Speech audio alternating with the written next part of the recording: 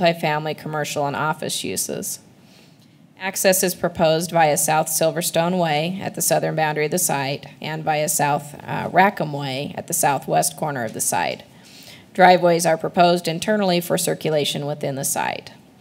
A phasing plan was submitted as shown that depicts 8 phases of development, starting with the 2 125,000 square foot buildings proposed along the northern boundary of the site, adjacent to ID4, which are proposed to commence construction within the next several months.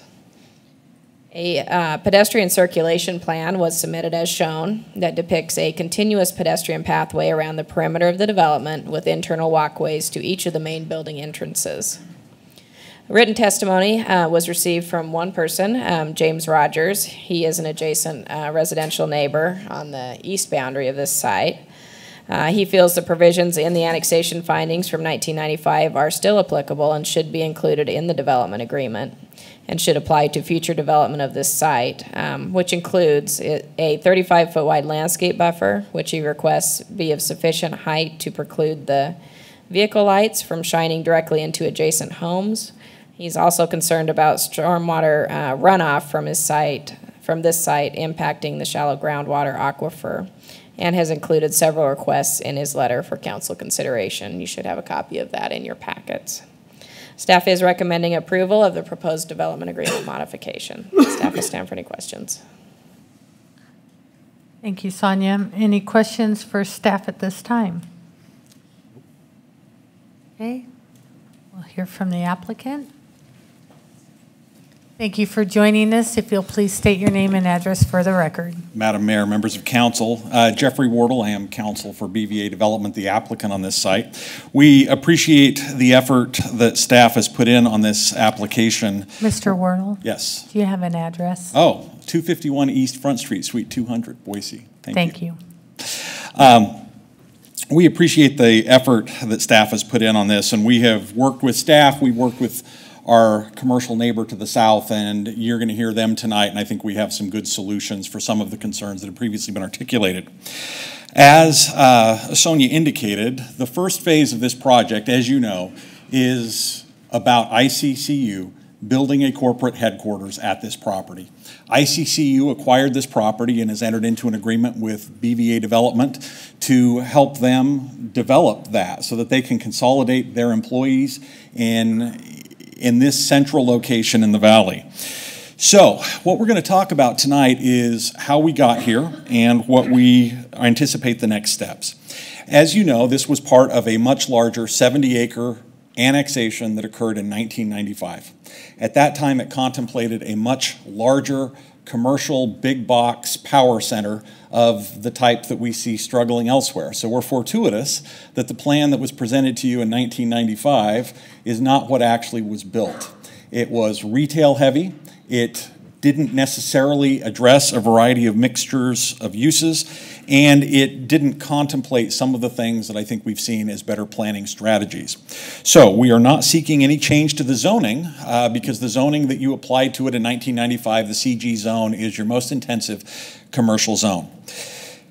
Now, that 1995 annexation included the property that has been developed to the south by Norco as part of Eagle Commons. And what you're going to hear from all of us tonight is that I believe we have solutions to how we integrate those two projects together.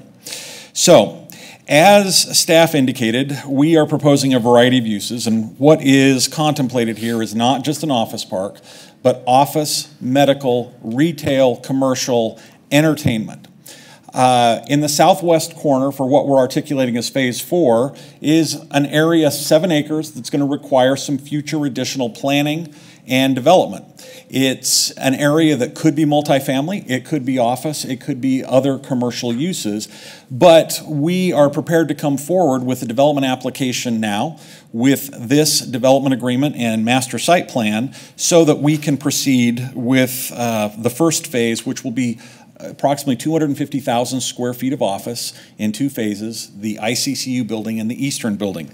It's the intention to start the ICCU building this summer and then follow it up immediately with the second building so that we can just keep everybody mobilized and move on those. And we are well underway in leasing that building so that both of those two buildings would be delivered and functional second or third quarter of 2020.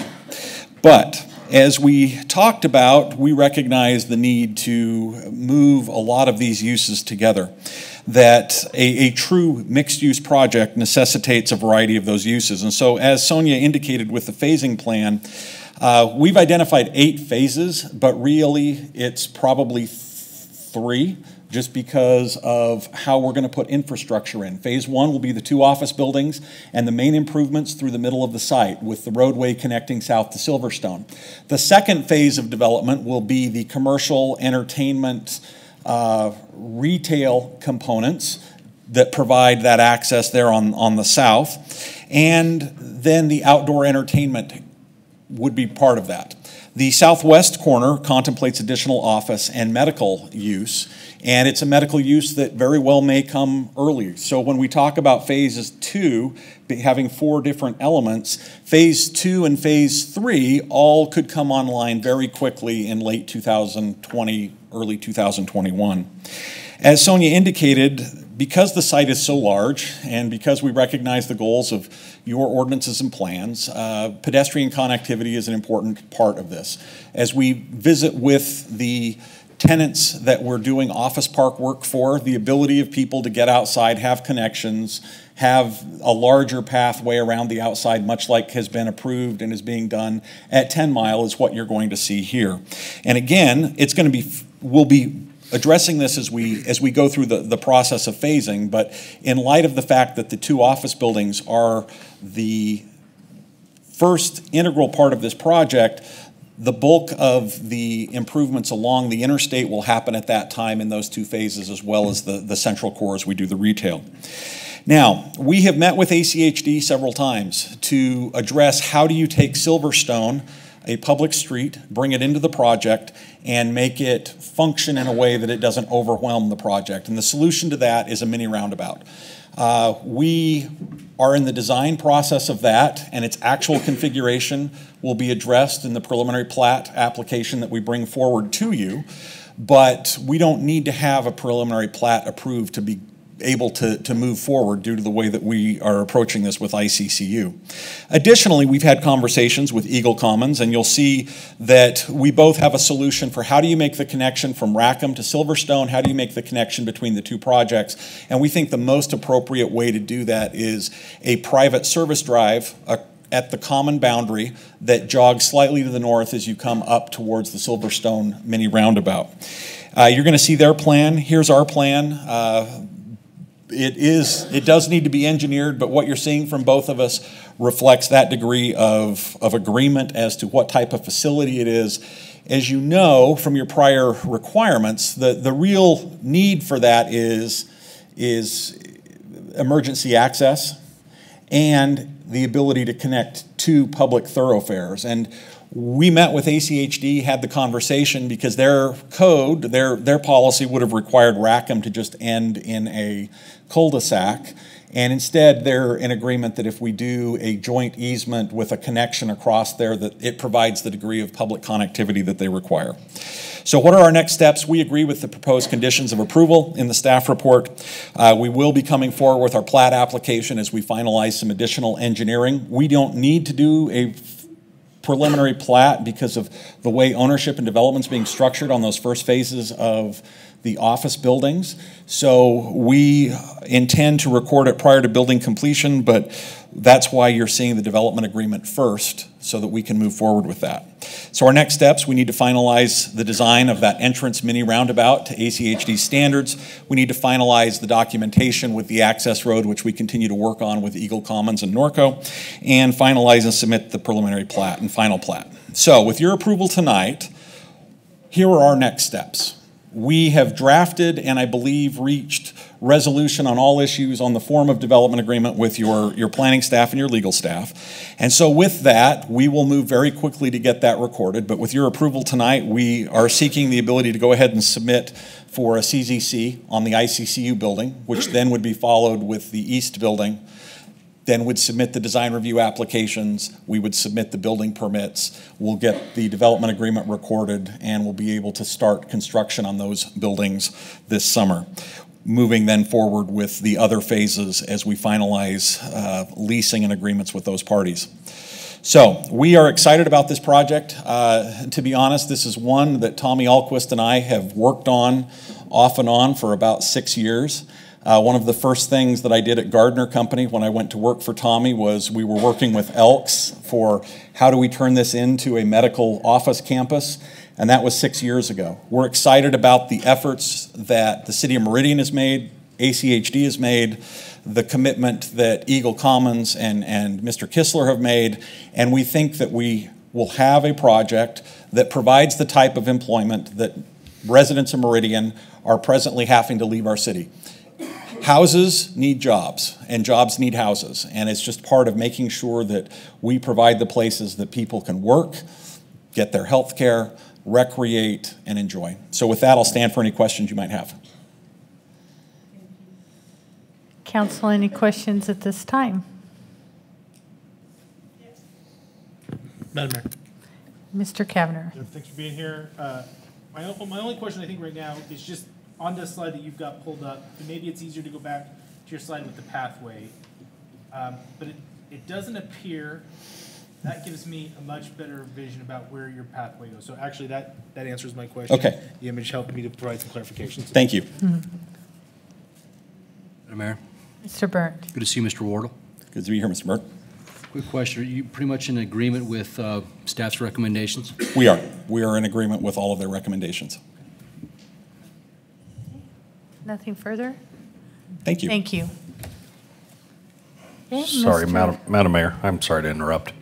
I didn't get my mic down Mr. quick enough. Bongiorno. Mr. Wardle, if you wouldn't mind, at some point, we need to talk about the access. I have not seen this plan, and the Rackham access won't work, so we just need to talk Okay. at some point to fix that. That's fine. We can, and Horrocks has been directed to have those, start having those conversations with everybody. So our concern just there on Rackham was we didn't want to have just a big bulbous cul-de-sac. So there are a variety of things that we think can work down there.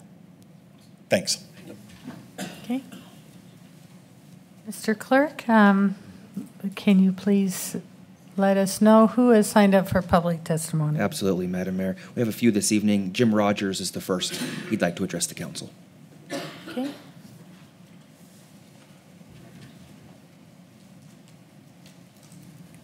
Good evening, Mr. Rogers. If you can please state your name and address for the record. Okay, my name is Jim Rogers. I live on 1115 Rolling Hills Drive in Meridian, which is directly to the east of this development off of Rolling Hills Drive there. Thank you. And I appreciate the time you're giving us here. And I'm here representing some of the residents of the Rolling Hills Drive subdivision. I have a written statement I'd just like to read in, and I can provide this to the city clerk if you're interested in it also. Yes, please. Okay. I submitted by email this morning technical aspects of my request to council and the staff, and I understand you have received that information. So this is kind of a Paul Harvey rest of the story type of thing for those of you who are old enough to remember Paul. I'd like to use this opportunity to submit further information concerning this development. I would like to go back to 1995 and the original request by Langley Associates for that request of the Meridian Annex, the area referenced in the findings of fact and conclusions, and signed off by the then Mayor Kingsford and the council. As requested by Meridian City, prior to formal submittal of the annex and request, the developer was required to meet with the residents of the adjoining subdivision. At that time, Overland Road and Eagle in the area was a two-lane road surrounded by agricultural land. The neighborhood meeting was attended by residents of Rolling Hills and Jewel subdivision, plus other interested landowners and developers. And that's on pages 6 through 10 of the 1995 facts of conclusions. The Meridian was held at the old Meridian City Hall.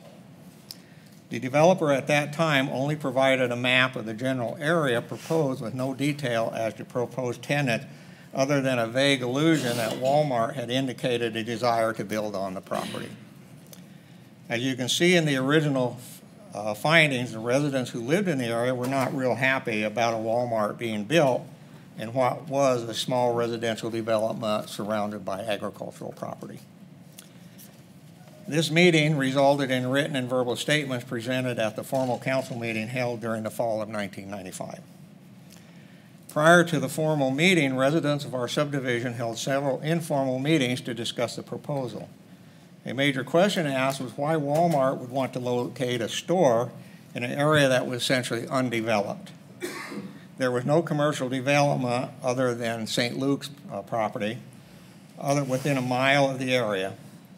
In addition, one of our neighbors, who was an engineer working for Intermountain Gas, stated that he was not allowed to discuss proposed development, but that Walmart had contacted Intermountain Gas about the availability of gas utilities located in the area of Overland and the I-84 interstate, where they're near today is located. Mr. Rogers, your 3 minutes are up, but let me get clarity. You are speaking on behalf of your subdivision? Right, of the subdivision. Okay, Mr. Clerk, will you add 7 minutes?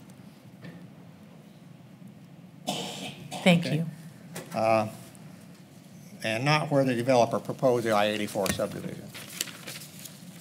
After formal findings of fact and conclusion were deducted by the council and mayor, several months passed, we became curious as to why the development agreement had not been presented to Meridian City. In the spring of 1996, myself, Bob Nelson, and John Jameson, residents of the Rolling Hill subdivision, requested an informal meeting with Mayor Kingsford. At that meeting, the mayor told us the proposed power mall was never seriously considered as a feasible development. However, Meridian City was willing to move forward with the annexation in order to be able to annex property on the southeast area of Overland and Eagle, location of the existing Silverstone development. In order for that to move forward, Meridian could not annex the area on the south side of Overland because it did not adjoin the existing city limits. Meridian City could not jump across Overland unless there was an adjoining property. At that time, the only property was where St. Luke's is located. He indicated that is why the city was interested in the annexation of the proposed I-84 power center. He stated that it was doubtful that a development agreement would be submitted by Langley Associates. When we mentioned that Walmart had made contact with Intermountain Gas about construction near I-84 and Overland, the mayor indicated he was aware that Walmart was not interested in the Langley property. He also stated that was why paragraph AH on page 38 of the findings of fact and conclusions was part of that agreement. And that Meridian, at a future date when the area south of Overland developed, would de-annex the property as set forth in the findings of facts and conclusions. Obviously, the de-annexing never took place. I would request that council not ignore the 1995 requirements of the findings and fact and conclusion, and seriously consider the recommendation and concern voiced by the residents of Rolling Hill and Jewel subdivision, especially those concerning groundwater issues and buffer requirements also outlined in my March 4th Rackham subdivision submittal to council. The 95 document was signed off by council and mayor, and I consider it a legal and binding document and find it difficult to understand why city staff and council would completely ignore it. Issues that were valid in 95 are still valid today. The developer stands to make millions off this project, while Meridian City will realize thousands of dollars in tax revenue from a property at this time generates very little tax dollars due to an agricultural exemption. Meanwhile, the residents of Rolling Hill and Jewel subdivision have and will see major declines in our quality of life and environment. Our request is try to maintain and protect our groundwater and quality of our semi-rural area. The impact of our request on the developer is very minimal. We would request that no development agreement be approved until our concerns have been addressed. Thank you. Thank you, Mr. Rogers. Council, any questions? Okay. Would the city clerk like a copy of this? Yes, please. Okay. Madam Mayor. Mr. Kavner. Mr. Mr. Rogers? Rogers? We do have a question for you. Mr. Rogers, if I'm reading correctly I'm a from... little hard hearing. That's so okay. I'm up here. I'm not used to being so quiet, so I appreciate that. Your letter states, and I just want to make sure I'm reading correctly, your requests are for a 35-foot setback and for a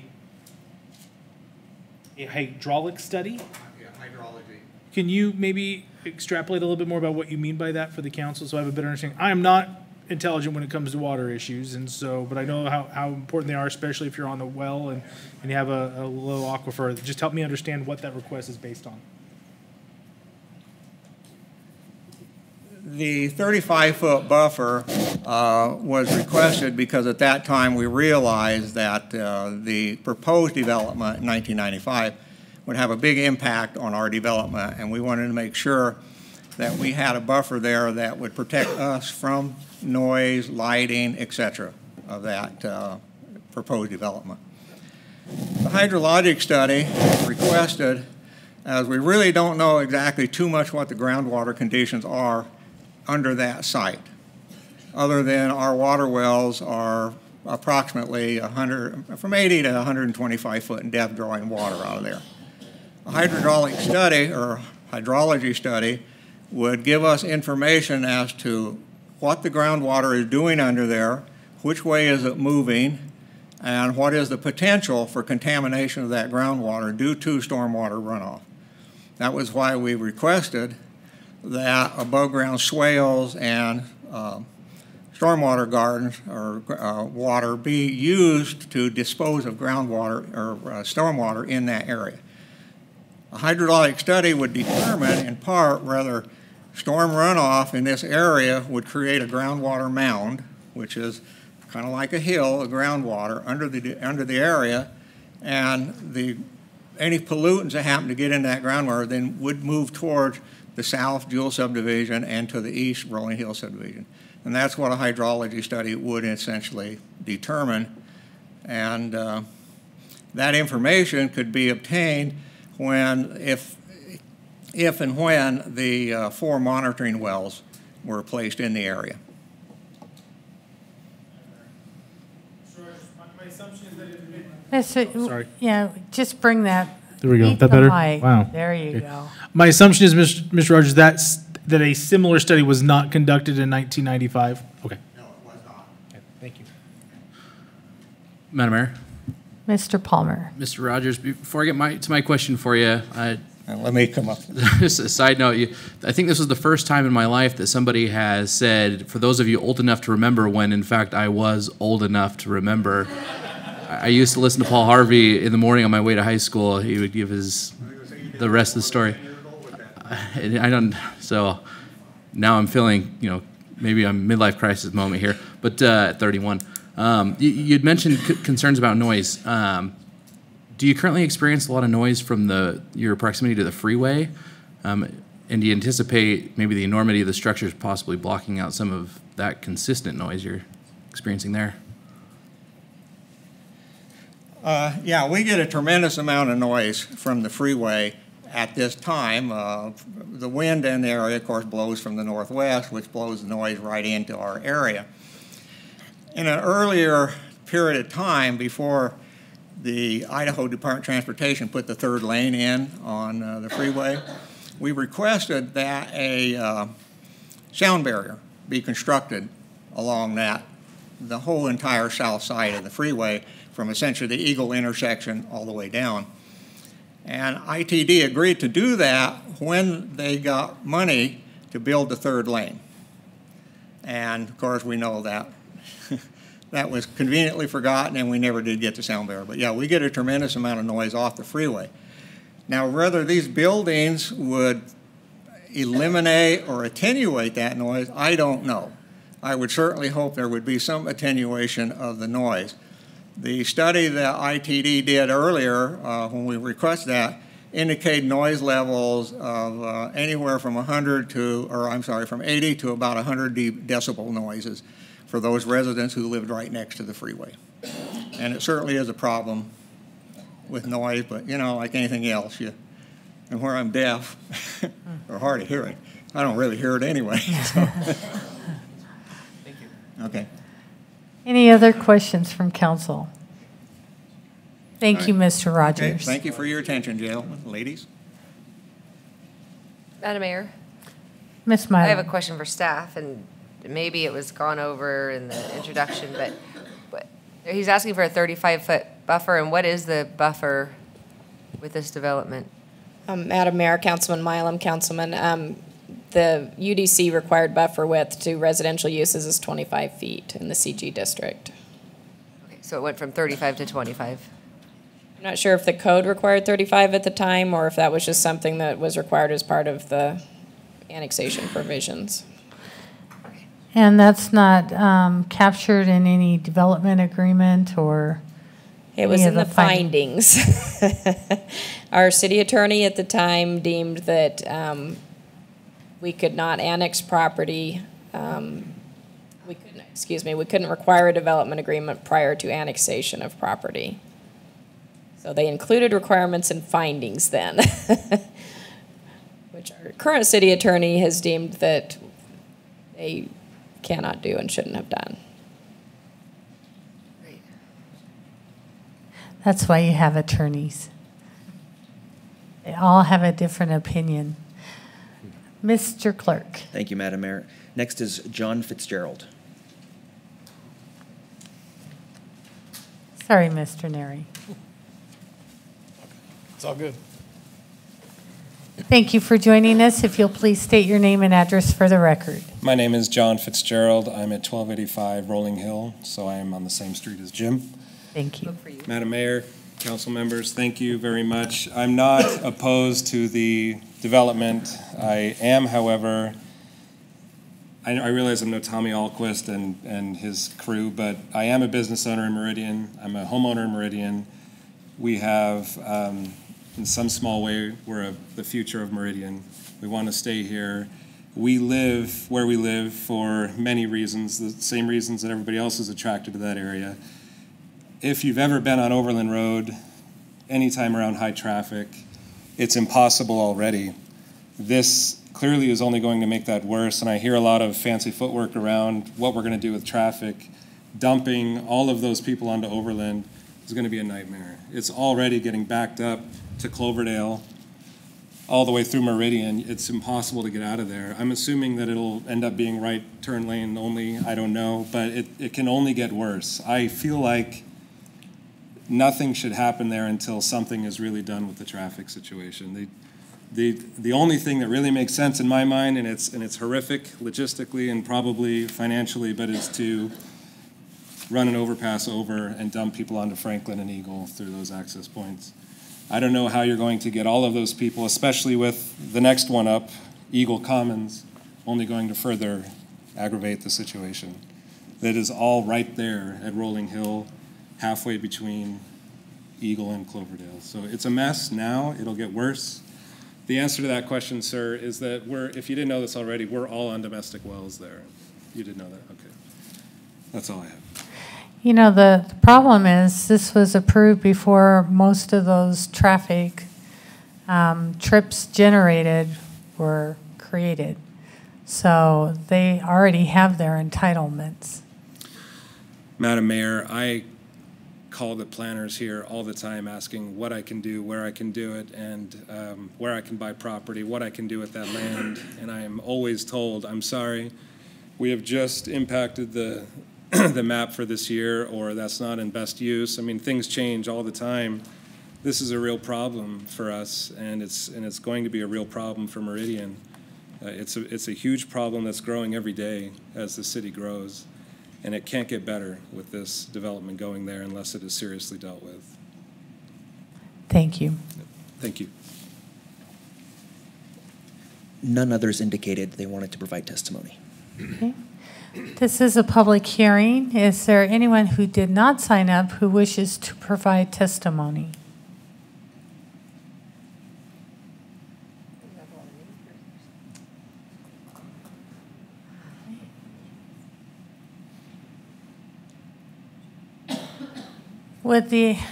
Yes, ma'am.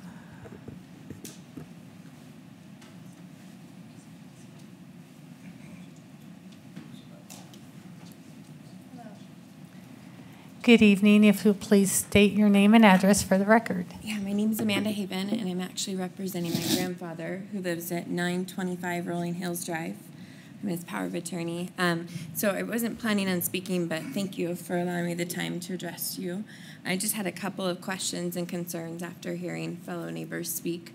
One question I had is the original plans that we saw and that were published in the paper showed the emergency access point actually across to our property. And so I just wanted some clarification as to where that had moved to. Because and that was published before they had obtained that easement from us. And so they discussed, and I just didn't understand in the original testimony where it had been moved to. I think staff, we don't know. We'll ask the applicant to address that. And then the other things I just wanted to address is to speak to Mr. Rogers' comment as far as the spacing and for noise and water containment. Also, my concern is there's a lot of elderly that live in that area, and knowing the development that's been proposed, a safety concern is there for me as far as fencing and having that buffer or some sort of barrier to prevent, because the entertainment that I've heard that's being proposed to be developed is like a Topgolf. And I myself have been to some Topgolf in other states, and I know that there's alcohol there, and that that can be like music and a loud kind of an environment, and who knows who could wander off of that and across the property right into one of their homes or their backyards. So that's one of my concerns. And then I can also speak to the last man that testified that the traffic is a huge concern. And I believe with something like that big of an establishment and housing, it will be very difficult for all the residents on Rolling Hills to ever exit their road onto Overland. It already is a concern for them to take a left-hand turn. They'll always have to go right. And so I know with any added traffic, as big of a development as this, it is a concern that we wanted to have considered. So thank you for the time. Thank you, Ms. Haven. Yes, ma'am.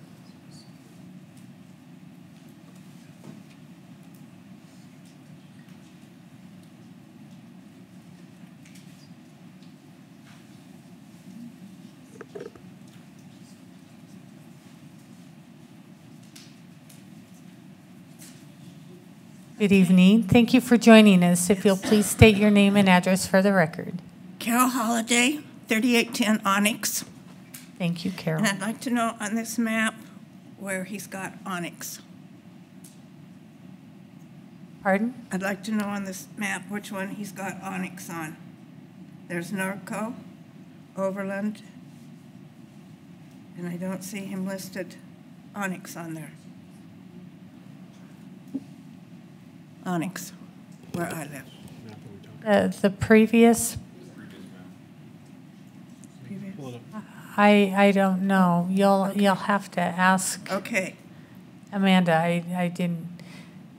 What I want to know is, are they going to come through the back? Because I have an easement on my property. And we were at one meeting, and he said, the man, I can't remember his name, he was going to open that up because it has to be opened up for fire trucks or emergency vehicles to get in the back. Well, we'll ask the applicant to note where the emergency access is anticipated. Okay, because in my contract when we bought the house, it states in there that that cannot be opened up for anything unless I sell my house. Well, I'm not selling my house. You didn't have that in mind, huh? No, I've been there too long. We will certainly ask the applicant to clarify that and address your question. Thank you. Thank you. Is there any further testimony? Okay, Mr. Wardle.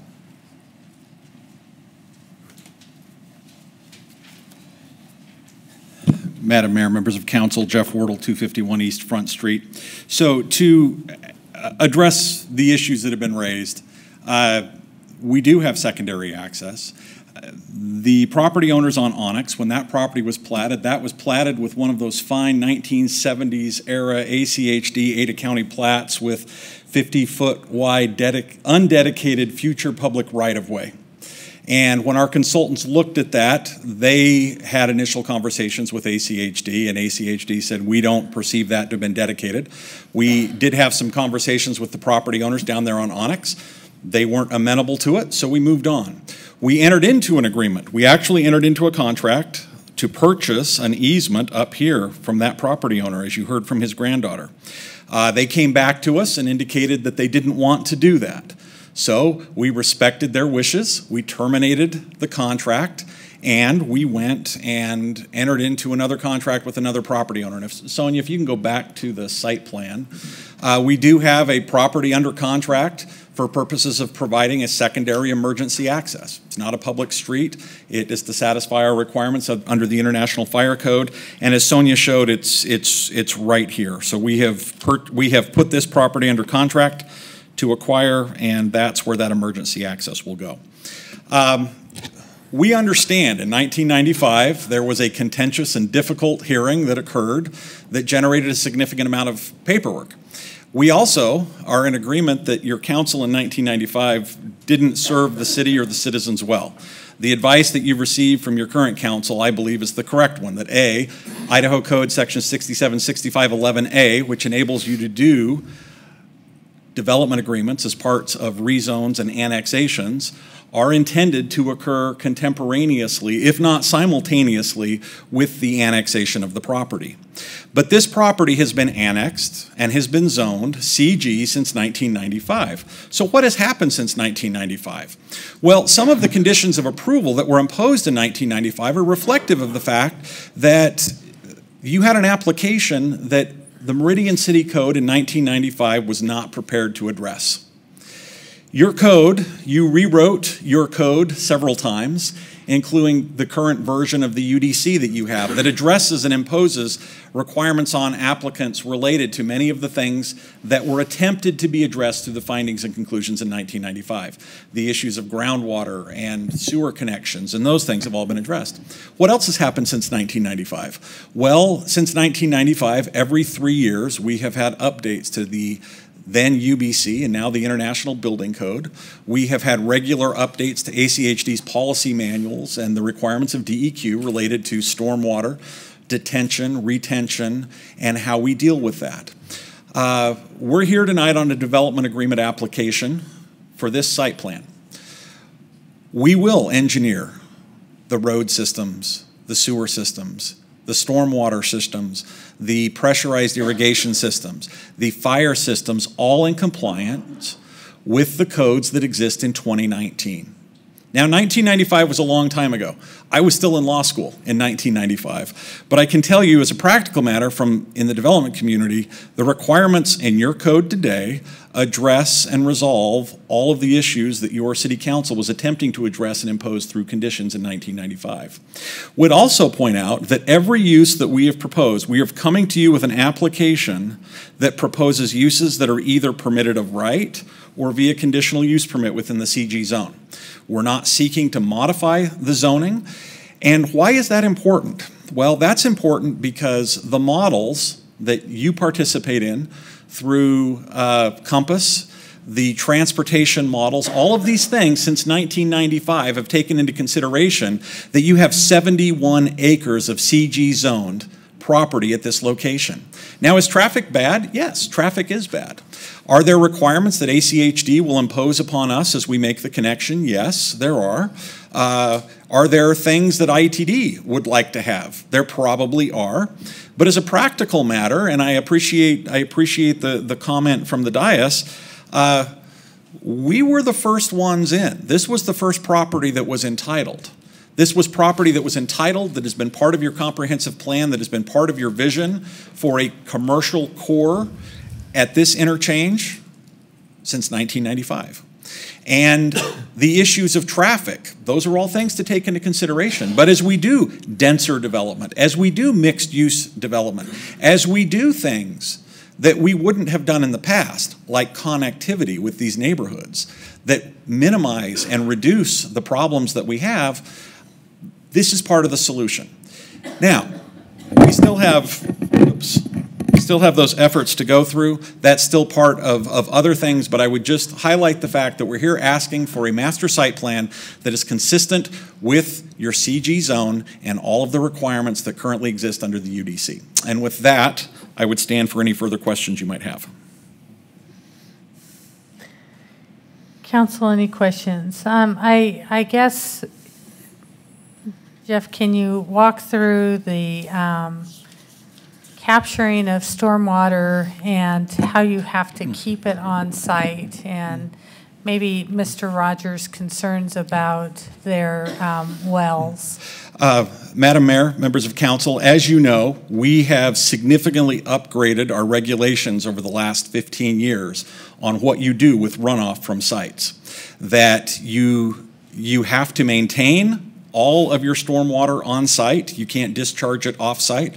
You have to engineer your ponds, your swales, your other things to take that water, to treat that water, and hold that water before it goes back into the aquifer. These are requirements that are imposed not by the city, but they're requirements that are largely imposed under the Clean Water Act that have been implemented through the Idaho Department of Environmental Quality and others. And that's where our codes and our standards come from. So in 1995, this community was not attentive to the impact of stormwater and runoff. But in this day and age, this community is much more attentive to those issues, and this will be engineered and addressed in due course. Okay. Council, any questions from Mr. Wardle? Mr. Kavner. Mr. Wardle, just out of curiosity, what is your what's the setback on your southern border from the residential component?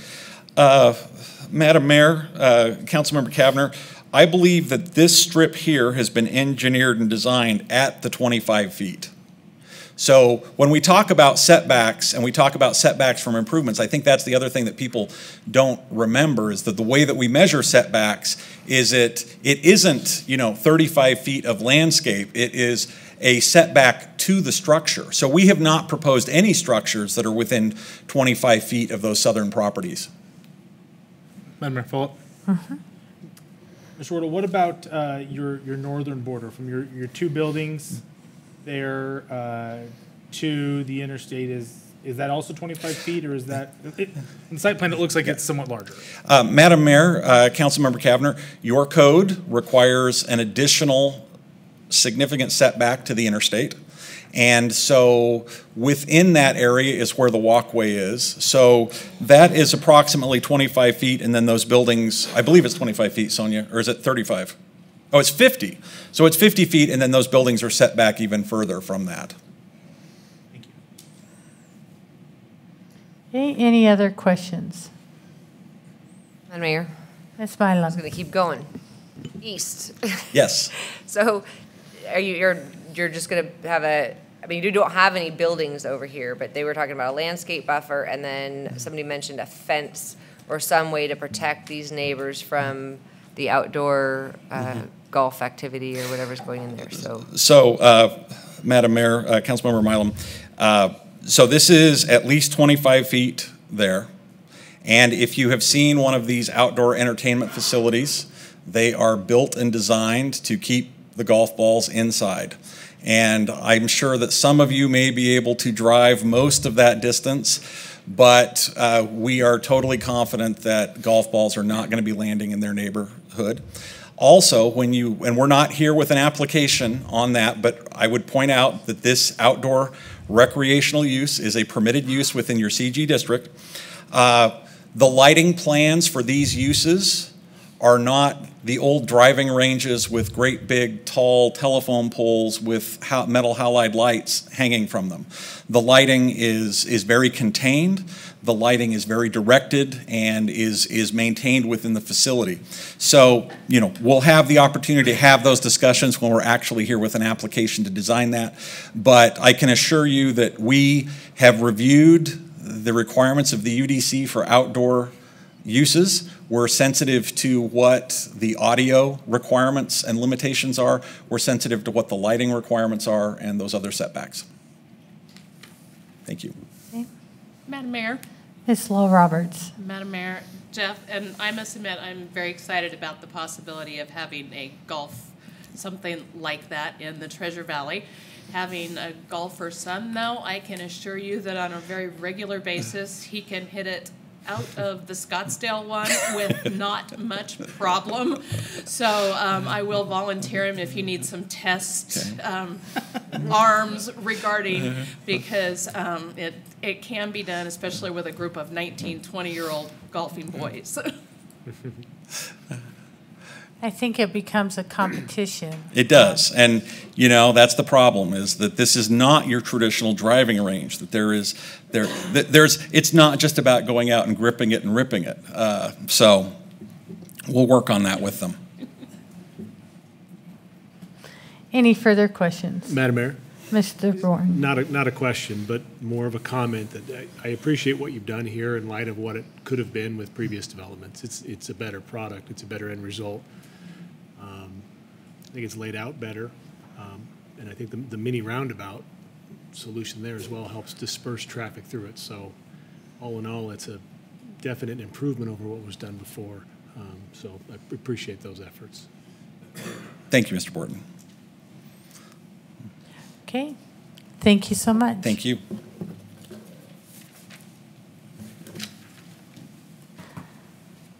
So, council, any further questions for staff or the applicant?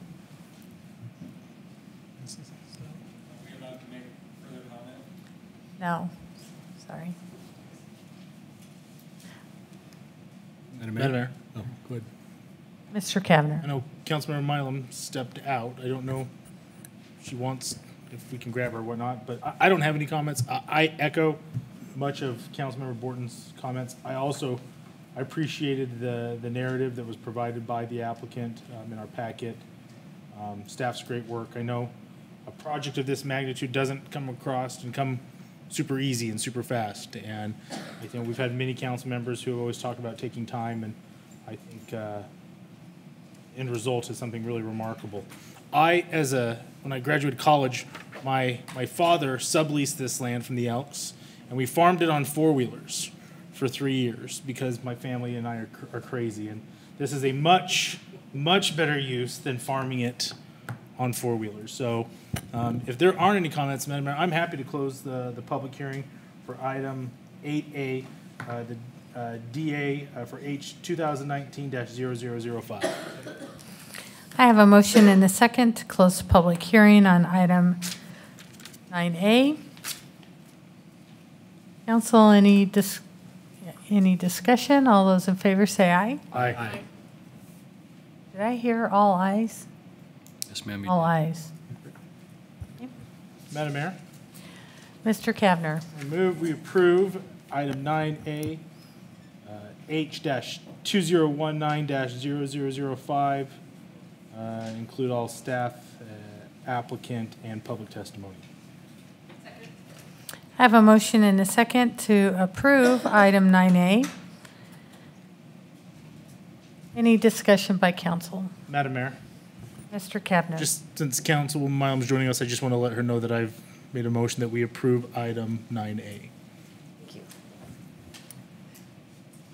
Okay. Mr. Clerk, will you call roll? Thank you, Madam Mayor. Councilmember Milam. Aye. Councilmember Burnt. Aye. Councilmember Palmer. Aye.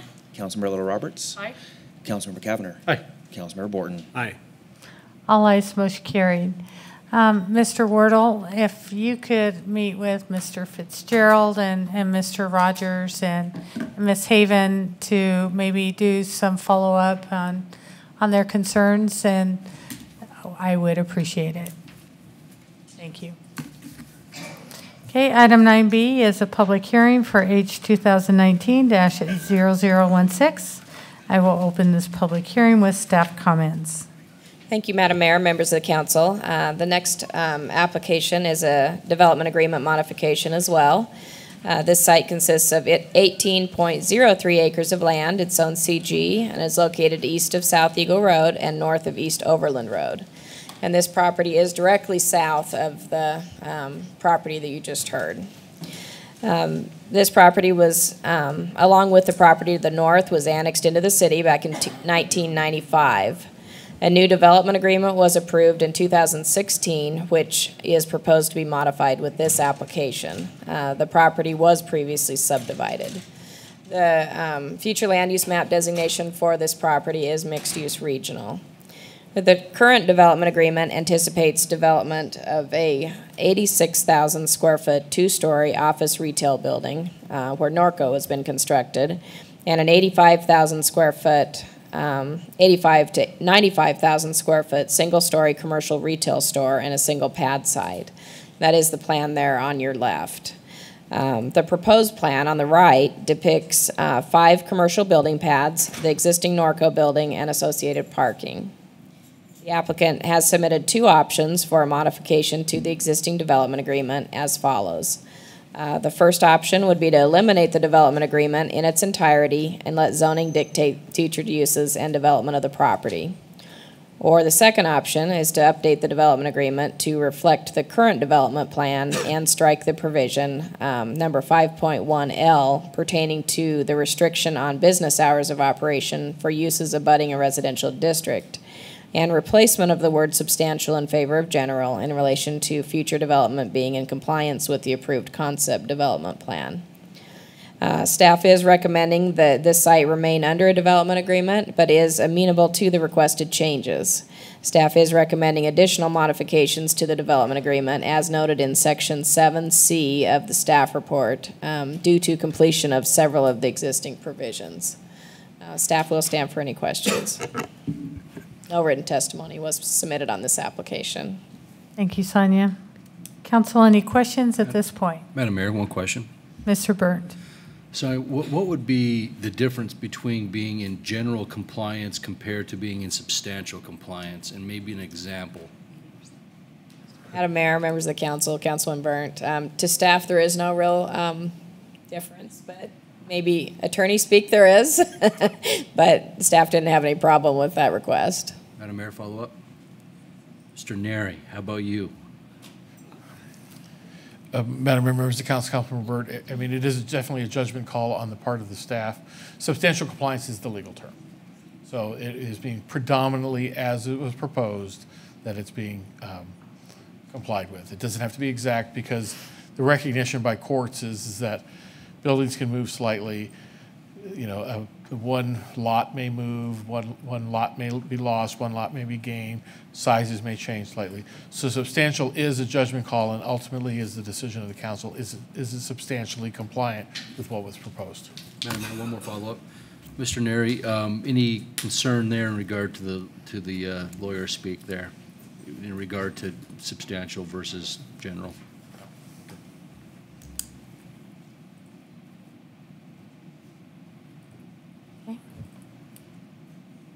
Anything further from council?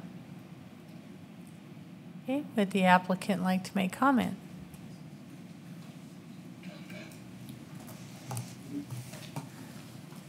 Good evening. If you'll please state your name and address for the record. Yes, Madam Mayor, my name is Jeff Huber.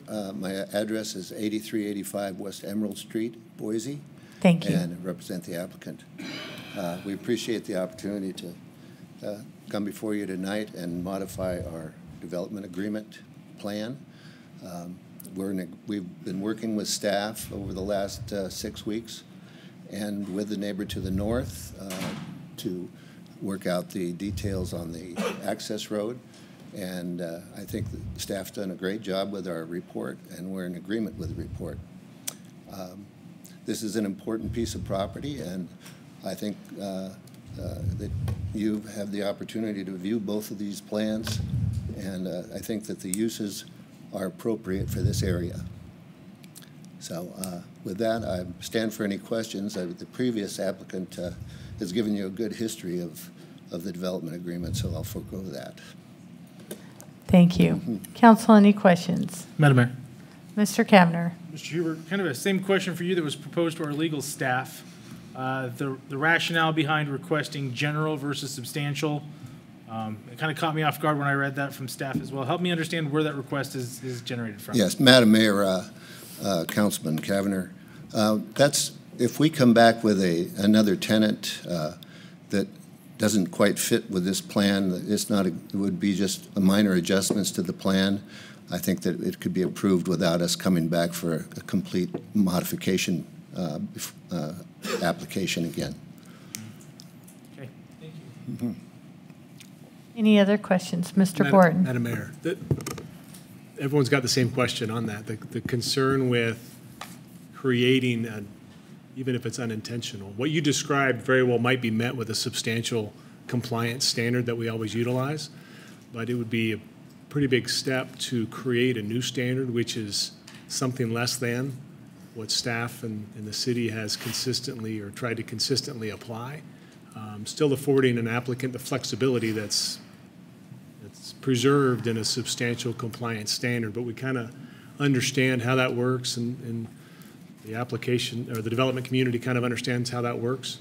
What you described sounds like a substantial compliance standard. So I would have great concern that if we create a new standard, it comes with a lot of strings that now we're inviting a much more loose application of approvals to something less than, which I know is not doesn't sound like that's your intent. So that's not our intent. You very well might be able to get to where you need to be and preserve the substantial compliance language that we've always utilized. It still sounds like that fits. It would be helpful for us and our staff to ensure we've got those consistent parameters. Madam Mayor, Councilman Borton, you bring up a good point, and we're the applicant certainly agreeable to leaving that the word substantial in if you prefer. Okay, I appreciate that. Thanks. Any further questions? Thank you. Thank you. Mr. Clerk. No signups on this one, Madam Mayor.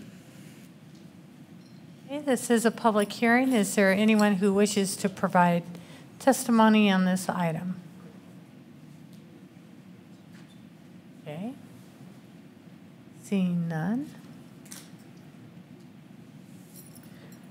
Council, any further questions for the applicant or staff? Madam Mayor. Mr. Borton. I think there weren't any unresolved issues that as we see the proposed conditions. Correct. Okay. All right. Other than the one word. Oh, gotcha. The word. Gotcha. Madam Mayor. Ms. Mila. Move that we close the public hearing on item 9B. I have a motion and a second to close the public hearing. All those in favor say aye. Aye. All ayes. Madam Mayor. Ms. Mylum. I move that we approve H2019-0016, leaving the word substantial as opposed to general.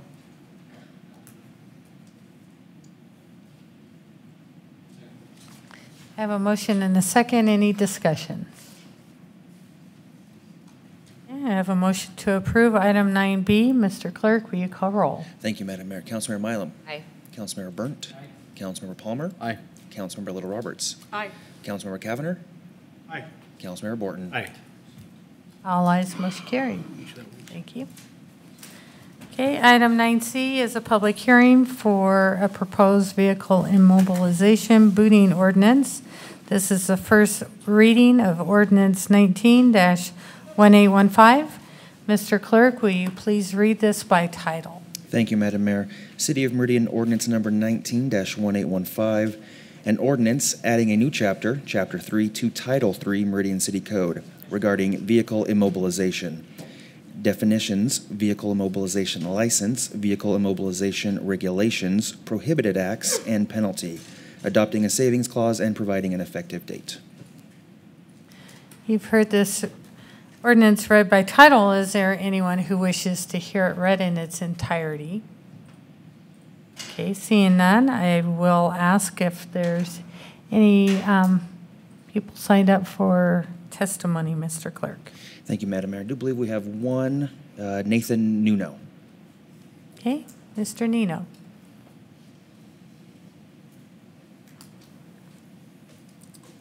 Thank you for joining us. If you'll please state your name and address for the record. Nathan Nuno, 9136 West Brogan Drive. So it's nice to see you all again. Once again, I'm just here to support my industry and support this ordinance. I still have little issues with it that I think we could eventually fix, but I do feel there is a need for that. And it looks like I'm the only one representing my industry here, even though there's others involved, but that's what I do. A continuation of last time, I have talked to many of the property managers and a couple of actual property owners with regards to the time limit that we discussed last time, that before we were able to have a vehicle towed. They feel that a restriction on a time limit violates their rights of private property owners and the rights to do what they want with real property. I originally told them that it was set up for 48 hours, then we got down to 12 the last time, and they feel even 12 is too much. But they felt that 4 hours would be probably negotiable and they would feel comfortable with 4 hours, especially with the signage and the parking addendums that they supply their residents, that they're in charge of telling their guests or the residents are in charge of telling their guests where to properly park. So that's the only complaint that they really had, was the time limit. They don't have any complaints about anything else. They agree with everything else that's in the ordinance that the police department handed out to the properties. The only concerns I have personally is the more I read this, the more I didn't go to law school, I wish I would have, was that if our licenses are revoked, there is no due process before that. They're just revoked, then we have to appeal that. So I feel like there should be a due process before they're revoked for us to be able to defend our employees or even our company, to try to prove that this didn't happen, instead of an appeal process afterwards. So I would like some kind of due process before that would happen, to make our case. And it would actually impact economically for whichever employee's license was revoked, or even our company not having that employee out doing their job. So I think there's an economical thing there on that type of process. As far as anything else, I can't really think of anything. It's a pretty good ordinance that the city has put together, and those are basically just the concerns, is the time restriction on before we can tow, which I understand why that's in there, and then the whole licensing process. So that's all I have. Thank you for not making me wait 4.5 hours this time, but I'm open to any questions. Council, any questions? Madam Mayor. Ms. Lowell Roberts. Madam Mayor and Nathan, thank you for being here again. No problem. And just maybe some clarification, you are already doing business in Meridian and working with property owners. Correct. I have 9 properties in the city of Meridian. Okay, thank you. We had I had someone reach out that was thinking you were not in business yet in Meridian, and that's what this was to determine. So I just wanted it on the record that you are already in business and competitors as well, Yes. correct? Thank you. Madam Mayor. Ms. Milam. Yes, to maybe just ask a question regarding your last statement about revoking of licenses. Do you think there are any circumstances that a license should be revoked immediately? I would say a DUI situation, felony of some sort. But I do believe that with misdemeanors, they're a little bit less. I mean, a crime is a crime. But I think of a serious felony or a DUI, it should automatically be revoked. But I think that should also be up to the employer to decide if they should still employ that person for doing that also. Or put a requirement in, I'm not sure, maybe Scott can answer this better, but I didn't see anything that if a situation happened that we'd have to report it automatically to the city and then go from there. Okay, anything further? Thank you. Any further signups? No other signups, ma'am. Okay. Is there anyone else who would like to provide testimony on this item? Okay. Council, what is your desire? Madam Mayor, Mr. Palmer. there was something I thought of a few minutes ago that I want to kind of vet out and see if I might have a suggested adjustment. So I'm hoping maybe we can just continue it through the normal process rather than just approving it tonight, at least for another, I assume it would be the next week. It's not a huge deal, but rather than ask a question and look dumb, I'd rather reread it first and see if it's even something relevant.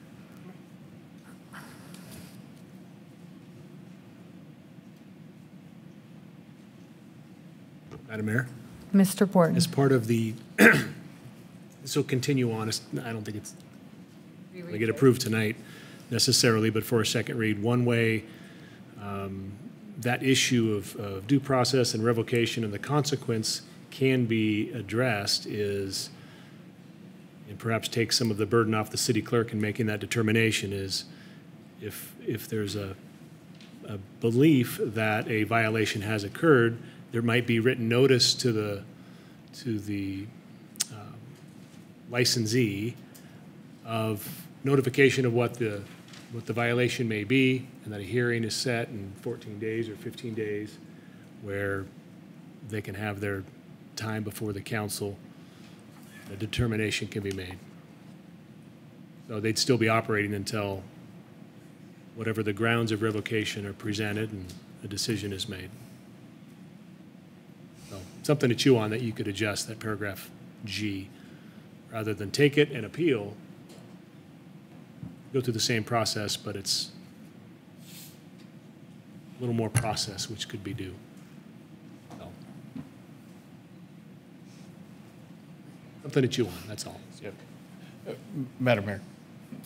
Mr. Neri. Yeah, just while you're pondering that, I mean, I cannot recall, and I don't know if the clerk recalls, I can't recall us revoking a license of anybody. Yeah, pretty rare. So it is done very sparingly. The concern is, if you look at the three conditions, one is the license violates any the licensee violates any term or condition of the license or any provisions of this chapter or any other local or state or federal law.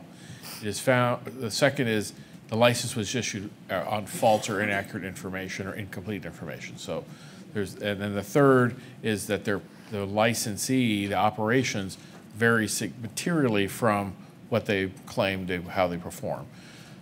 My only concern is what was raised by Councilmember Milam, is that there are circumstances that probably immediate revocation is more appropriate, subject to appeal, and there probably are ones, as Mr. Nuno's raised, that maybe there are some that would require the revocation after a hearing. So if you want to ponder that, we could split them.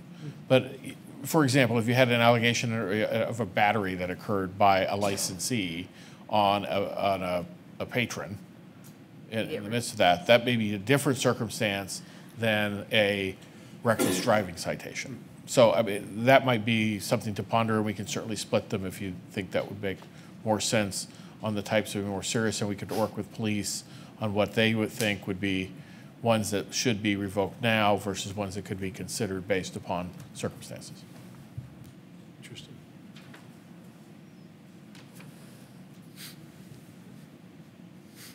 Okay, anything further?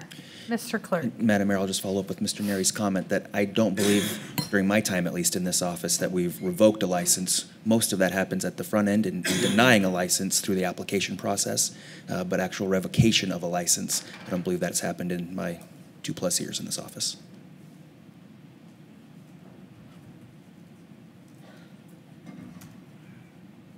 Okay, so council, you want to set this out for a second reading? Yes. Okay, we will put this on. We don't generally do these during workshops. I believe, Madam Mayor, we could. It's land use that really doesn't make its way onto workshops, but at Mr. Neri's advice, I believe that we can. Okay, the second reading will be next week then at our city council workshop. Okay. Item 9D is public hearing to consider the conveyance to Ada County Highway District for right-of-way for purposes of a portion of certain real property And Mr. Neri is covering this.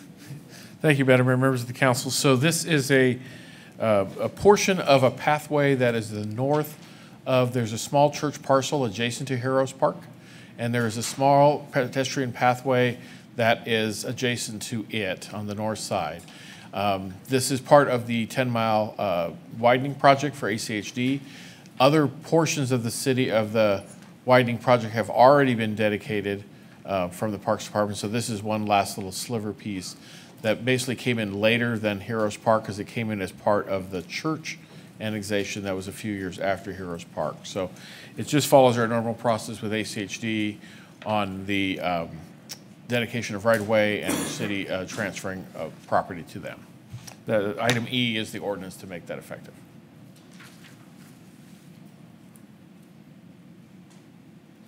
Okay, any questions for Mr. Neri? Okay, Mr. Clerk, will you please read ordinance 19-1814 by title? Thank you, Madam Mayor. City of Meridian ordinance number 19-1814, an ordinance authorizing the conveyance of certain city-owned real property to the Ada County Highway District for right-of-way purposes. A portion of certain real property located near the northerly pedestrian entrance to Heroes Park on 10 Mile Road in Section 26, Township 4 North, Range 1 West, Boise Meridian. A portion of Ada County Assessor's parcel S04262337770 in the City of Meridian, Ada County, Idaho, authorizing the mayor and city clerk to execute and attest on behalf of the City of Meridian the deed and other documents necessary to complete the transaction, providing for a waiver of the reading rules and providing an effective date. You've heard this read by title. Is there anyone who would like to hear it read in its entirety? Okay, council, would you like to take action on this evening? Madam Mayor? Mr. Kavner. I think we still have a public hearing that's open. I don't know if there's anyone that's here to testify. Thank you. That's what I was waiting for. There were no signups on this matter. Is there anyone who wishes to testify on this? I swear I asked that, but it was earlier. Might have. I don't see anyone. Madam Mayor? Mr. Kavner. Out of no one here to testify, I move we close the public hearing on item 9D. Second. I have a motion and a second to close the public hearing. All those in favor say aye. Aye. All ayes. You've heard the reading of ordinance 19-1814. Madam Mayor? Mr. Kavner. Move we approve item 9E, ordinance number 19-1814 with suspension of rules. Second. I have a motion and a second to approve item 9E. Any discussion? Mr. Clerk, will you call roll? Thank you, Madam Mayor. Councilmember Mylum? Aye. Councilmember Burnt? Aye. Councilmember Palmer? Aye. Councilmember Little Roberts? Aye. Councilmember Kavner? Aye. Councilmember Borton? Aye. All ayes, motion carried. Item 9F is under a request by West Ada School District, and I think Clint is here to cover that item. Thank you. Madam Mayor, members of the council, what you have before you is a recommendation to allow the West Ada School District to proceed with a reimbursement agreement for infrastructure enhancements to the Oaks lift station, which are basically pump upgrades.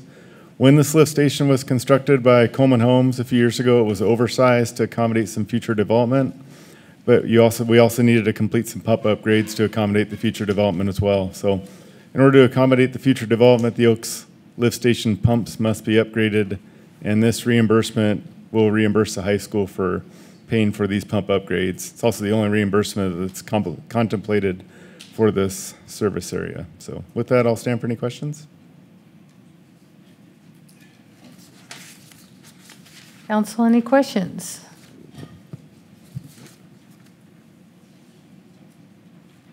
Okay. If there's no questions for staff, do I have a motion from council? Madam Mayor? Mr. Kavner. I guess that is my question, is what is the action that you or staff are looking for from us? Is it to accept the recommendation? Is it to approve? I guess I've been confused as to what you're looking for from us. Flint? Mayor, members of the council, Councilmember Cavanagh, we were looking for direction to proceed with a reimbursement agreement and also authorization for the mayor to sign said agreement. So that would be yes. The recommendation is to proceed forward and to bring the appropriate documentations back in the form of agreements. Okay. Madam Mayor, thanks, and I apologize. I know that was covered in the letter. Sometimes what's in the letter and what is requested before sometimes aren't the same. So with that, Madam Mayor, I move that we approve the recommendation from staff to allow the Western Ada School District to enter into the agreement and invite the developer to submit a written reimbursement proposal and also authorize the mayor to sign said agreement. Second. Okay, I have a motion and a second to approve the item in front of you under 9F to bring forward the appropriate agreements to allow the reimbursement for infrastructure enhancement on the Oaks Lift Station pump upgrades. There's no discussion. Mr. Clerk, will you call roll? Thank you, Madam Mayor. Councilmember Mylum. Aye. Councilmember Burnt. Aye. Councilmember Palmer. Aye. Councilmember Little Roberts. Aye. Councilmember Cavanagh. Councilmember Borton. Aye. You know it's Mardi Gras today? Okay, council, our next item is under department reports, and I will move to the podium.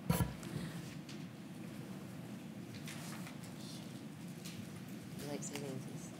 Sunday? That's so awesome. I didn't know it was coming up the same day. My dad told me, I'm like, really? I was thinking it was like 2 weeks away, not.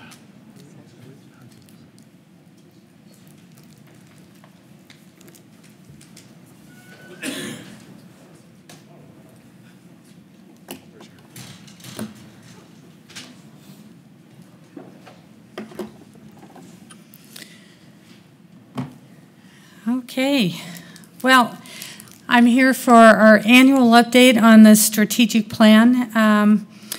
You know, I am really honored to stand in front of you to provide this update. This is the third year, and I can tell you lately, as I've gone from department to department, meeting with the staffs, there's a lot of excitement about the strategic plan. And I have department staff asking, how can we be involved in it? They don't see a specific objective or maybe a tactic that they own, but they want to know how they can be a part of that. And so now they're challenging themselves in how they can actually look at being a part of the 5 different focus areas and what role that they play in it. And we'll get into some of that as we walk through the plan and maybe share some examples at that time. Okay, so I will go through what I have done over the last couple of years with the review of the status and what prompted modifications that are also in front of you. And each of you should have received yesterday a red line version of both the strategic plan and the different objectives, as well as the document that you'll be asked not tonight to pass and adopt, but in 2 weeks. The dashboards, which will review the current completion or completion progress, closeout reports, and some of our key updates. The high priority objective update that we have done over the last several years, and then an overview of the modifications. We'll be bringing 2 recommendations to move objectives from medium to high, as well as 3 that are requested to remove as they are unneeded. So we'll move into number 1, review of current status.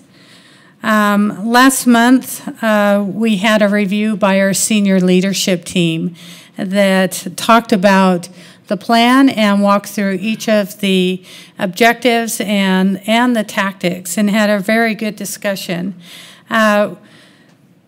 we wanted to make sure as we walk through there that each of these are still relevant, because we do know that a strategic plan that is actively engaged with is fluid, and that we want to make sure it's still relevant, and we must be serving a purpose to achieve the mission of our premier community. We also reviewed the proposed changes, discussed them, and that's what I'll be presenting tonight. Item number 2, under the objective, this dashboard shows you some of the progress that has been made. Last year, the update was at 16% completion, with 10 objectives that had been completed and closed out. Currently, we are at 27% complete, with 17 objectives completed and 7 nearing completion that are at 75 or greater in completion. So the plan dashboard also shows you the total number of tactics that have been completed as the plan progresses. So last year, the update showed 36% complete with 19% in progress. This year, we're at 53% complete. There are 22 of the objectives that are in progress and 24 that are not yet started. Last year, that stood at 45. So number 3 in our closeouts. Under this, we will have 5 objectives that are ready for closeout, with a few more that are very close to completion. We just couldn't get it all done before tonight. Each department lead will bring an overview for the completed objective. And you'll hear about some of their key milestones and get an update on how we are measuring success for each of these. While they're closed out, that doesn't mean that they're no longer needed or being actively engaged with. So at this point, I'm going to turn the mic over to Cameron.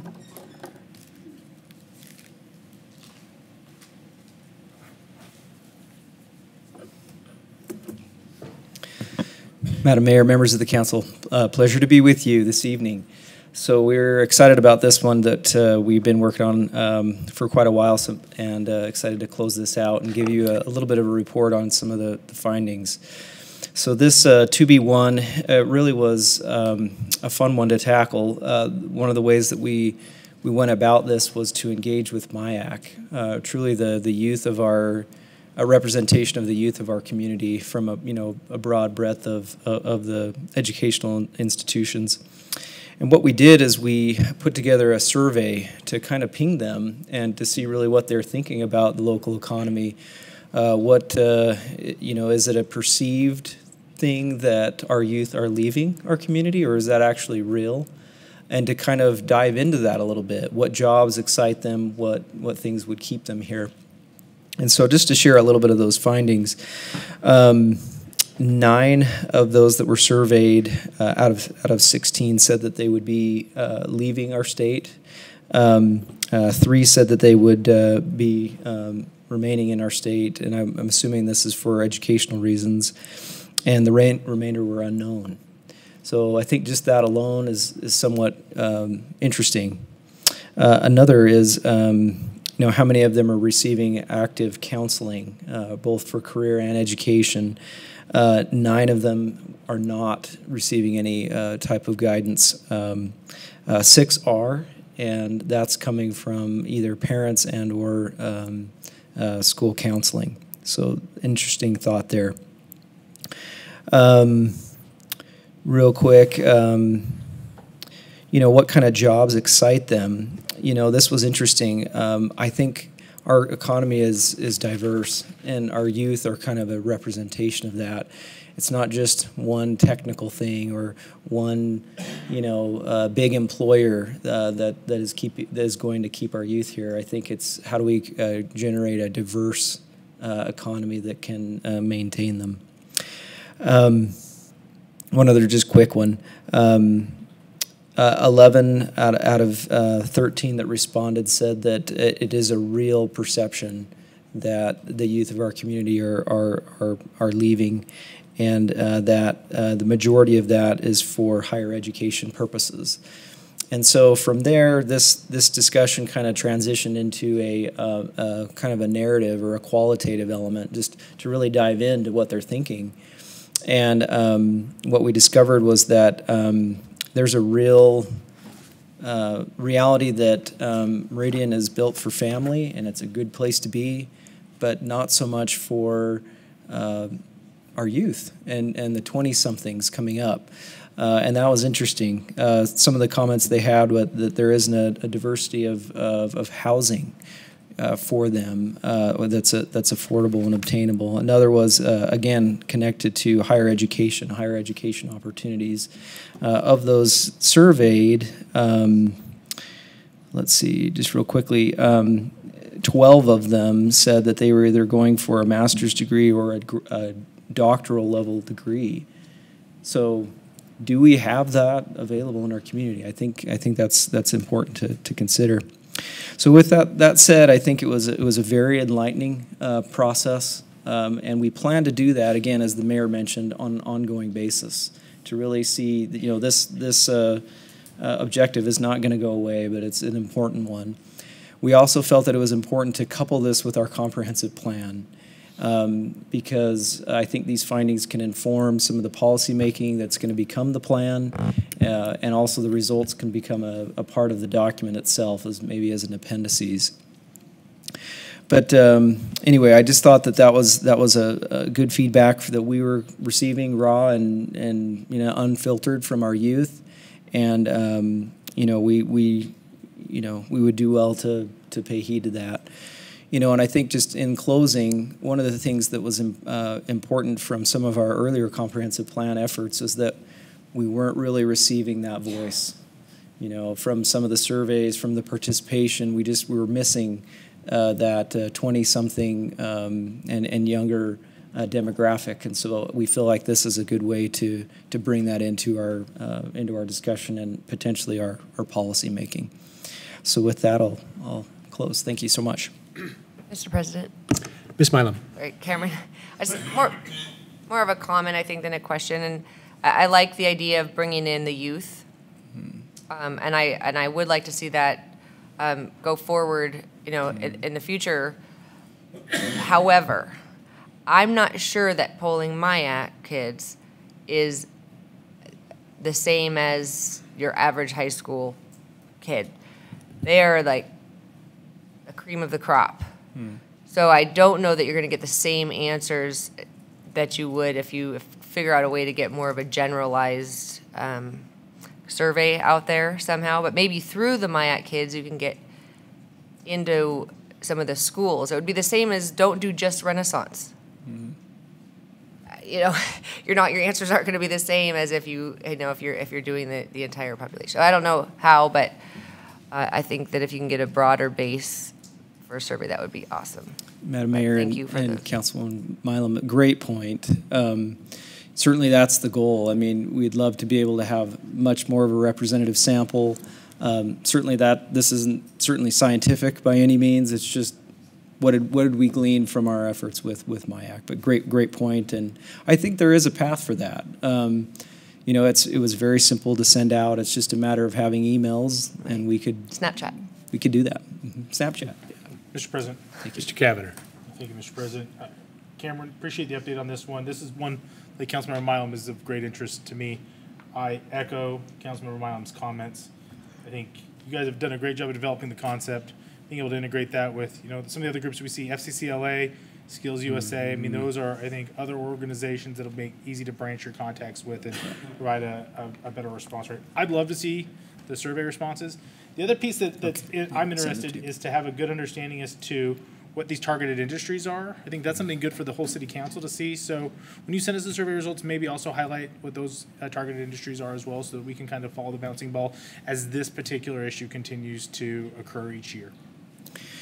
Mr. President and Councilman Kavner, the targeted industries is another part of the comprehensive plan effort, and so yeah, that will be continues to be addressed and will be a part of the comprehensive plan as well. Okay. But the idea here with this is to try to inform that more and more to the extent we can. Okay. Yeah. Thank you. Thank you. Ms. Cameron. Good job. Mr. President. Mr. Palmer. And Mr. President, while we got Cameron, would it be appropriate to talk about other aspects in the strategic plan that he's had a hand in? No. Okay. Let's get through. Maybe they'll save it for the end. We'll see where this goes, but let's get through this presentation and go from there. Thank you.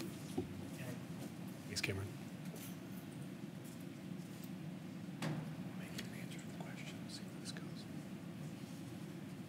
Good evening, Christina. Good evening, council members. So I'm here to present the closeout for 3B1.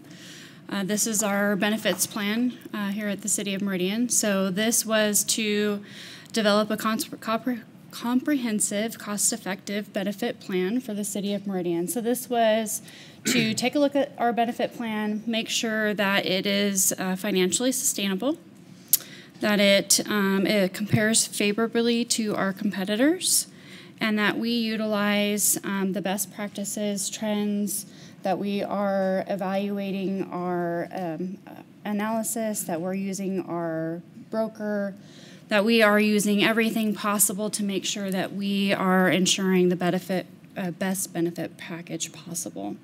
So we have worked through this objective. We have met all of the measures and metrics, and we will continue to do so even though we are closing this objective out. We have closed out tactic number 7. The benefits committee did decide towards the end of this, before we closed this out, that they wanted to see us secure our funding mechanism. So you were presented with a recommendation to move the city from fully insured to self-funded in November of last year, and we are continuing to move that forward. With that recommendation, they felt comfortable with us closing this objective out. That being said, we will continue to move this forward. Even though we're closing it out today, we'll continue to measure our benefits plan. We will continue to use those trends and measures and analysis year over year. We also have in effect and in the budget a benefit valuation that we have started. We've selected a vendor and are in the process of securing agreement with them to do a full valuation of not only our medical, dental, vision, but our benefit plan as a whole. So I will stand for any questions. Thank you, Christina. Council, any questions? Good job. Okay. They've done this recently. Thanks.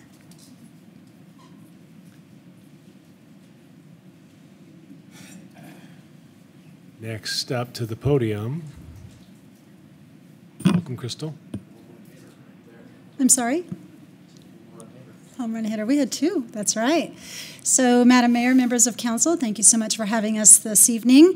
I am here to talk about our strategic objective 3.B.3, which was to develop a succession planning program.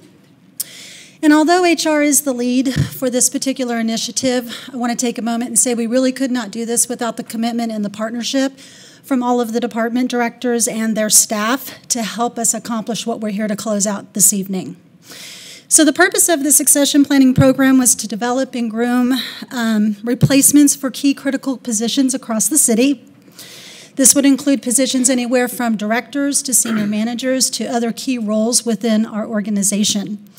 So some of the key milestones that we had to make this happen, we did bring in a consultant who provided the city's senior leadership team some training. Once we had an opportunity to complete the training, then we actually worked with each of the individual departments, asked them to identify what they would consider to be the operational key critical roles in each of their areas.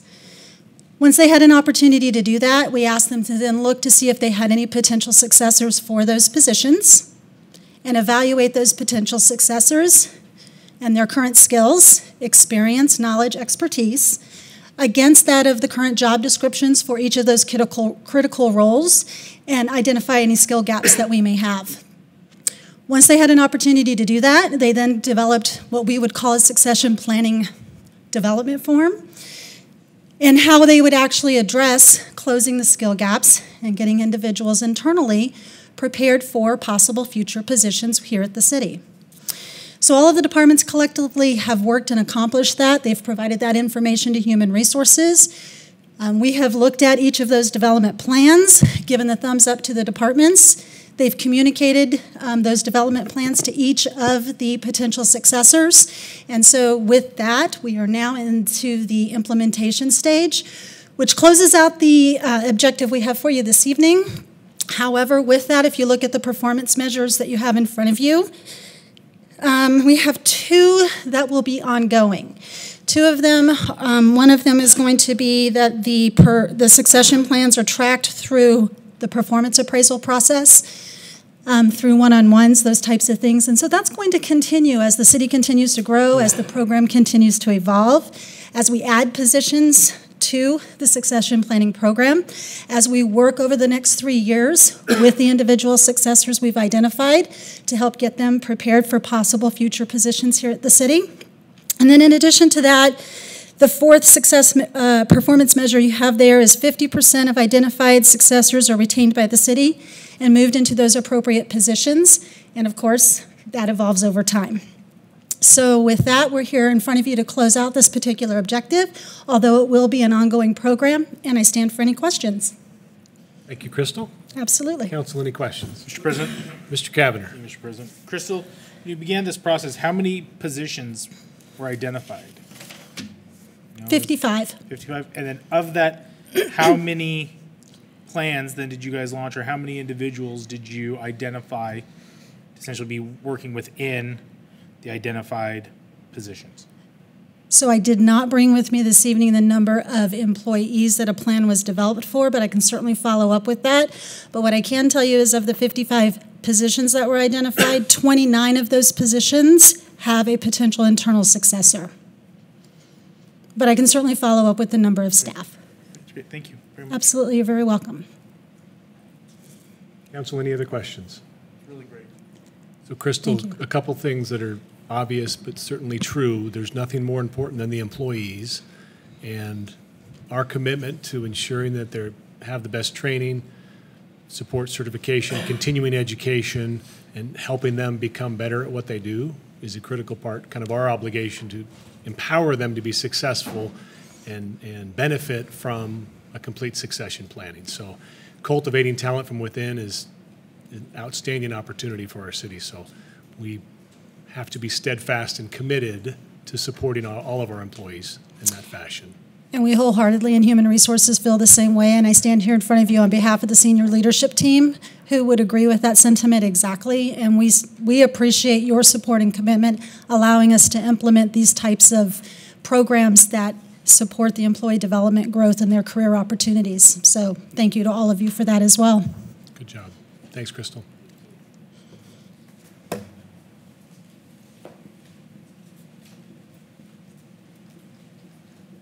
Welcome, Chief Levy. Good evening. How are you? Doing okay. Thanks for asking. I'm doing pretty good. They tell me I can go back skiing March 25th, so I'm going a little stir crazy, but I am walking much better. 2020. So, yes. Mr. President, Council, I'm here today to close out Objective 4A5, which is become the safest city in Idaho regardless of size. The performance measure that's included within that objective was the old objective, and it talks about the top 100 safest cities in the U.S. And I can tell you that we have had that honor for many, many years. We fluctuated between the 40s and the 60s and the 70s, but we've always been under 100 safest cities in the United States. And that is what is creating part of our growth, because the successes that we have is that we can celebrate we are one of the safest cities in the Northwest, and people know that, and we continue to get awards for that. But I want to share with you our status here in Idaho. We are the 7th safest city in Idaho, but we're the safest city of our size in Idaho. I do not know if we'll ever be the safest city in Idaho with the rapid growth and the instability that we have with the staffing levels. But I will tell you there's also some things that are beyond our control. Our mission is three-pronged, and really it's education, prevention, and enforcement, and that's in partnership with our citizens. But we need all those things to happen. We need our citizens to report crimes. We need our citizens to lock doors. We need our officers to perform self-initiated stuff out there. Right now, our public calls for services increased 23%, which means that higher need for the public, lower opportunities for us to do proactive enforcement. So there's just some things beyond our control. But with that being said, we're here to close out the objective and celebrate some successes, because for a city our size, we are truly amazing in what our stats show. But with that said, this is an objective that's never going to be finished. You can't sit there and say, oh, we're done. It's ongoing. So right now, Vincent and I and our staff are developing new tactics to address the future so we can maintain or improve our status. And with that, I stand for any questions. Thank you, Chief. Council, any questions? Mr. President.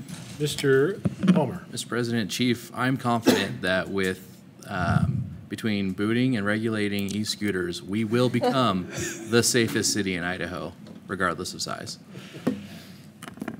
Can I hold you to that? Mr. President, Mr. Cavanagh. A couple comments. One, I have to agree with the chief. It's a catch-22. People leave their doors unlocked and their windows unrolled because they feel that we are in a safe community, which then promotes crimes of opportunity. So you're right. If people didn't feel so safe, they would lock their doors more. So maybe the way to get people to lock their doors is for our law enforcement to do worse of a job than they're already doing now, which then maybe, again, I don't know how to solve that. Recognize the challenge. I will say the title says become the safest city in Idaho regardless of size. And you say that we're the 7th based on size. I'm not going to give you a hard time on that, but maybe it's an opportunity just to revise the title, say be one of the top 5 safest cities in Idaho. Top 7. Part of our closeout report, actually, Mr. President, Councilman Cavanagh, part of our closeout report has that exact comments in there. It talks about how the title may be inappropriate. It's achievable. It's how long, how much money, what is the public willing to put up with to get there.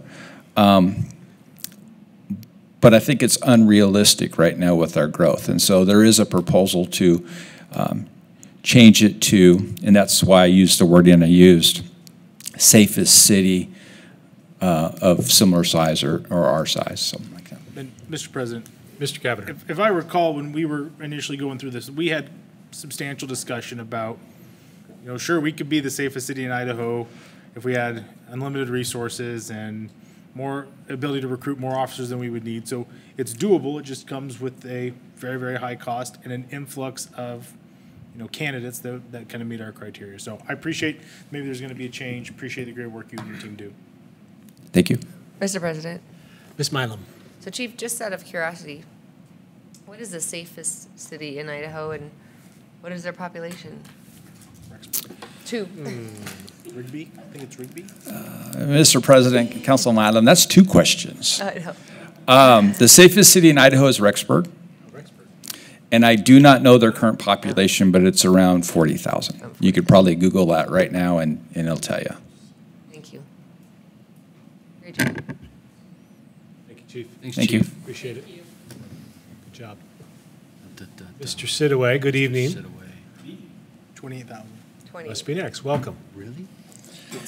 Mr. President, members of council, this has been a fun one for us. Objective B4 It's in our recreation division, set targets, identify gaps, deploy programs, activities, and events that promote family-centered recreational opportunities. One of the themes that is recurring with everyone, including me, is that this one leads to elements that are obviously ongoing and don't just end with this. However, there were a specific set of tactics that went along with this one to go through a round of identifying these and seeing where we're at.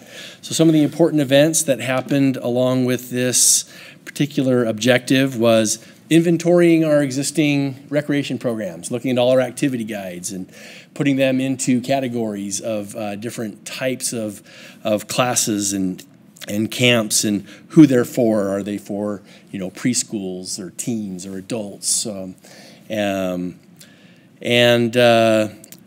Then we went through a process of identifying and prioritizing where we saw gaps.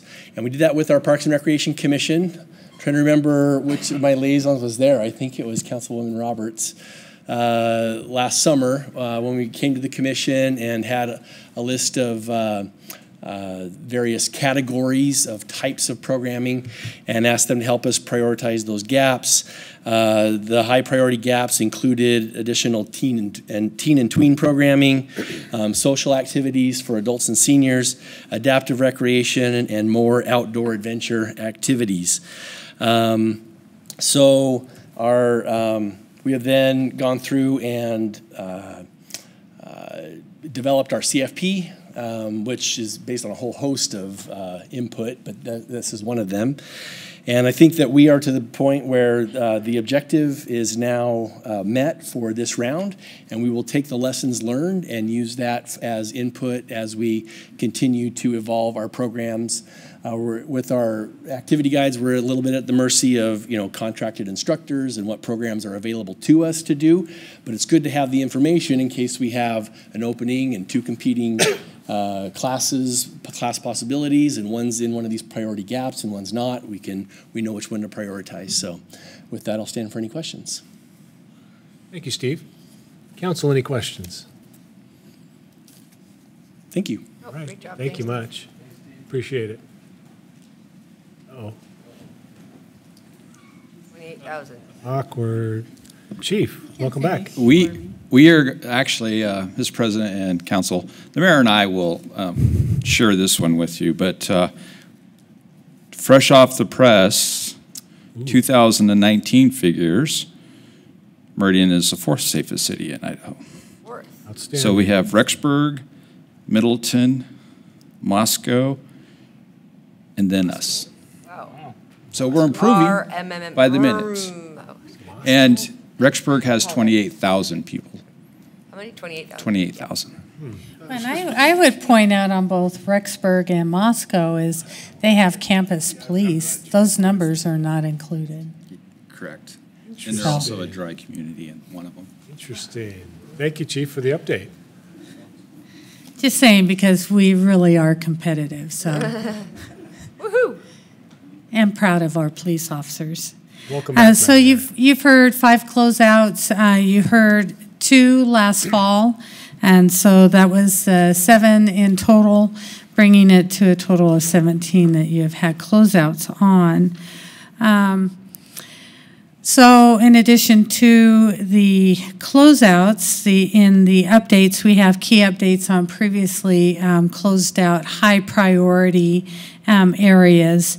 As well, we have a key update on a medium priority that is regarding public works and utility infrastructure. So I'll get to that. We thought, the senior leadership team thought that it would be important to highlight the one strategy or objective under the public works.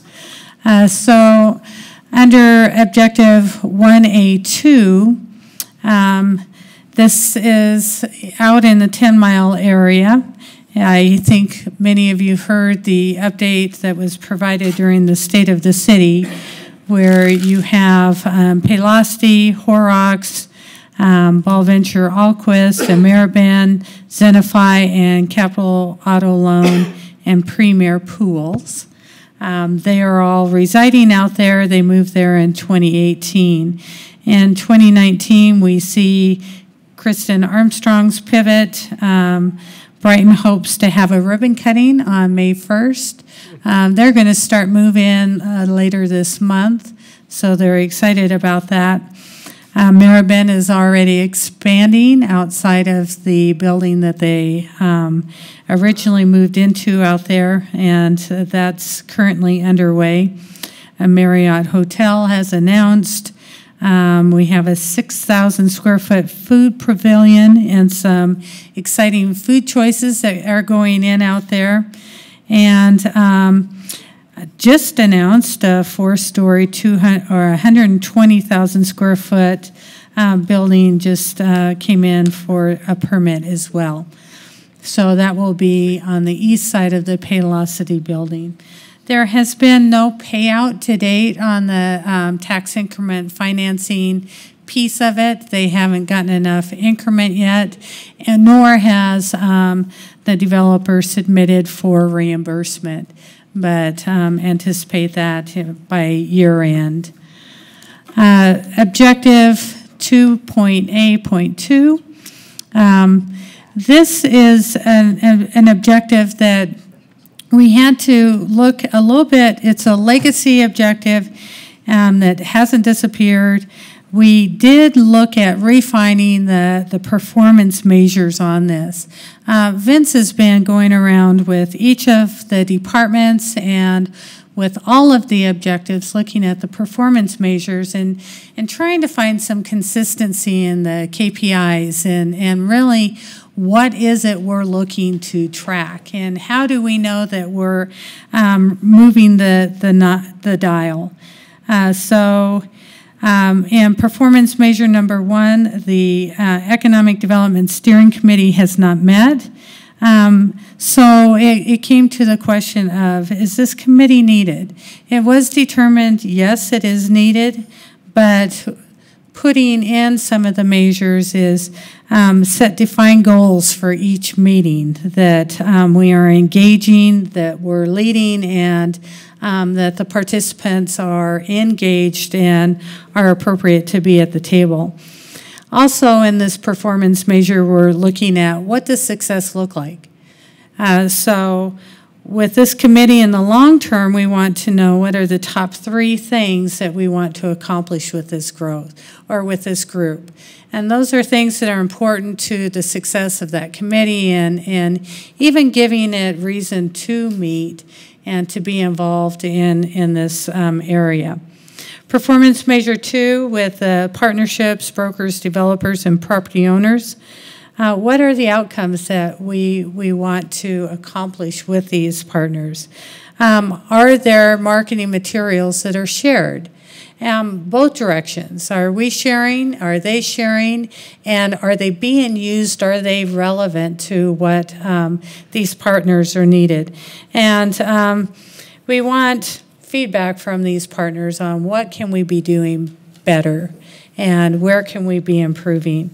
So just keeping that constant communication is very important, that it's consistent and it's regular. Performance measure 3 on the annual leads. What is our follow-up on the leads and what is the outcome? How are we utilizing our partners in that for the referrals? And where are we succeeding? And do we do a debrief in understanding where those successes are? In the area that we pulled a medium priority into a council update is 1B4. This is to provide and guide desired growth with investments in utility infrastructure and services ahead of growth. This objective is about providing our citizens with planning, building infrastructure in a timely manner.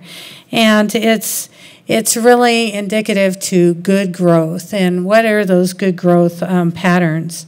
So some of the key activities in that, first we have our public works that do their capital financial plan and their rate models. These are updated annually and they are on 10-year schedules. So these are very in-depth, and they are looked at annually as to relevance. Our water master plan and sewer facility plan are also currently being updated, and when you grow as fast as we are growing, that's really important to the integrity of our systems and long-term planning and how we are spending our dollars. The second area is in that infrastructure investment and service impact tool. This is being developed along with the comprehensive plan. So another aspect, the comprehensive plan is producing a number of different outcomes for this strategic plan. This impact tool will rate and score developments based on criteria including how close they are to trunk sheds, pipe and infrastructure modifications that might be needed. So this tool will give City Council, our staff, and developers more information before they pursue a development in a certain area of our community to know, do we have the services in there? What will the cost impacts be? And are we ready to serve? This effort should be ready by the end of 2019 or early 2020, and it will provide great insight into how development will impact and affect our future services. One last area is just to touch on the mass amount of capital investment that's going on right now. $70 million in projects that include Well 33, we put in the infrastructure in the South Meridian area, having that poised for development. And can't forget the waste water treatment plant, the waste resource recovery facility, and their capacity and headworks projects. Those are major, and right now our staff are really engaged with how to put these improvements online. So now we'll delve into item number 4, the high priority objectives, for a deeper dive on the plan with the high priority. And if you want the deeper dive, the software program or tool that was developed has a wealth of information in it.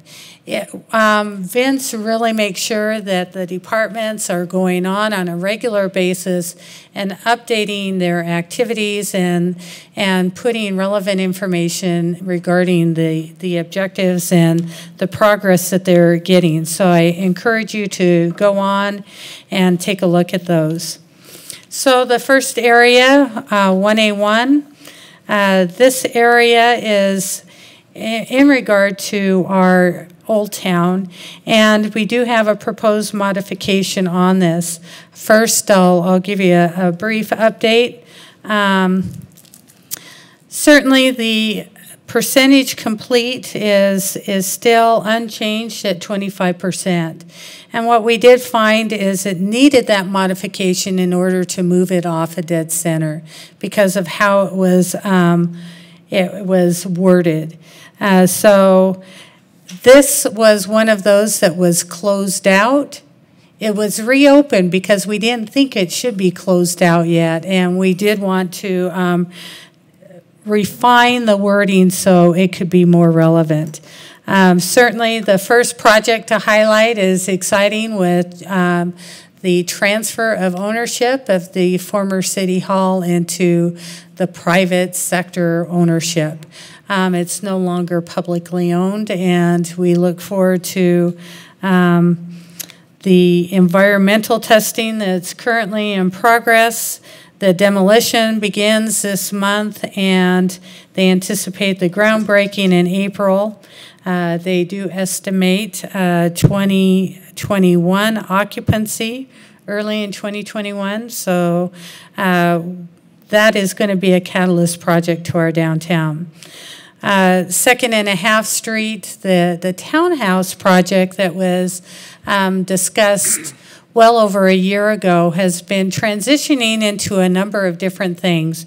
Right now, they're marketing it as a high-end apartment development, and they're seeing what kind of interest and activity that they can create there. Yeah. Not necessarily the place I would put high-end apartments, but maybe they have a long-term vision on that this will be a catalyst project in that area. There are a couple of other developments that have been coming and talking to the city and our city staff, and we hope to be able to talk more about that in the near future. The city, the community development director and the administrator with the MDC have been working well together over the last year to collaborate on a number of things. And I think you saw that most recently in the CDBG project with the sidewalks, trying to get that moving forward. And Crystal was just a rock star in trying to figure out how we can get those connections in an older part of our community that does need a safe route to school and make that a higher priority. That was a great collaboration. MDC approved the recommendation that City Council heard by Crystal a week or two ago. And lastly, in communication, we're having the joint meetings between City Council and the board, as well as quarterly updates by the city by the MDC administrator. We hope those are proving helpful to City Council. Now, on the modification, the downtown needs to be supported by our city, and this objective change should allow us to focus more in doing that. We feel that there is value in what the city can add. In fact, early into the development of MDC, a lot of the work was created from the city in trying to evaluate our codes and look at how we can be part of the success of a redeveloped downtown. The tactics to support this modification are really centered around engagement with MDC on the parking policy and parking solutions. Utilizing a committee within the city realm to evaluate current and future city employee parking, and engaging with firms that look at community design in the downtown, as well as review of codes for flexibility that are supportive of redevelopment. So that modification is in the red-lined version that you have in your packets. Objective 1B1 is to define and articulate the city's growth goals. Last year, this was at 0%, and this is also one of those that are tied quite closely to the comprehensive plan activities that we have going on. This will be a future growth and guiding document for our city and how we work with our comprehensive plan, as well as starting conversations on managing our growth for the next generation. Completed are the evaluation of the strategic plan and comp plan goals. And that is really information that was gleaned from the participants in the public processes, on the surveys, and on the online forums. These have been used to bring to the steering committee to inform the document and how it's going to be brought forward to public comment. They have also formed focus groups in the areas of housing, economic development, community design, transportation, and others that also will take the information gained from the public participation, the focus group truths that, and brings it well into the plan. Our next steps are to compile our growth goals, both short, medium, and long term. engage our stakeholders such as MDC, property owners, to further refine the city's draft, and then to publicize the growth goals with the plan for adoption by City Council. This is looking to complete by November of 2019. And Objective 1C1, this area was 33% complete last year. It's now 66%. We feel that is a major accomplishment. To have come up with an agreed on line with the city of Kuna that with both cities, you heard about it at the joint meeting with council and the Planning and Zoning Commission. With the nod that we received there, we will be moving it forward into the comprehensive plan, and so will CUNA.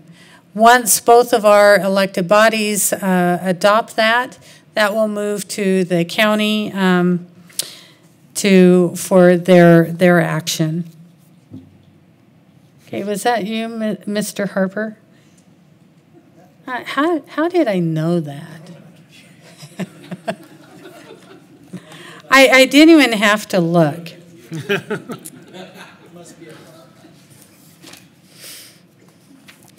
Okay, 2A1. This was previously reported to you at 68% last fall. It is now 84% complete.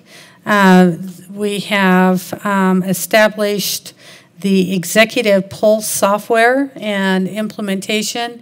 They'll be walking through that tomorrow for training.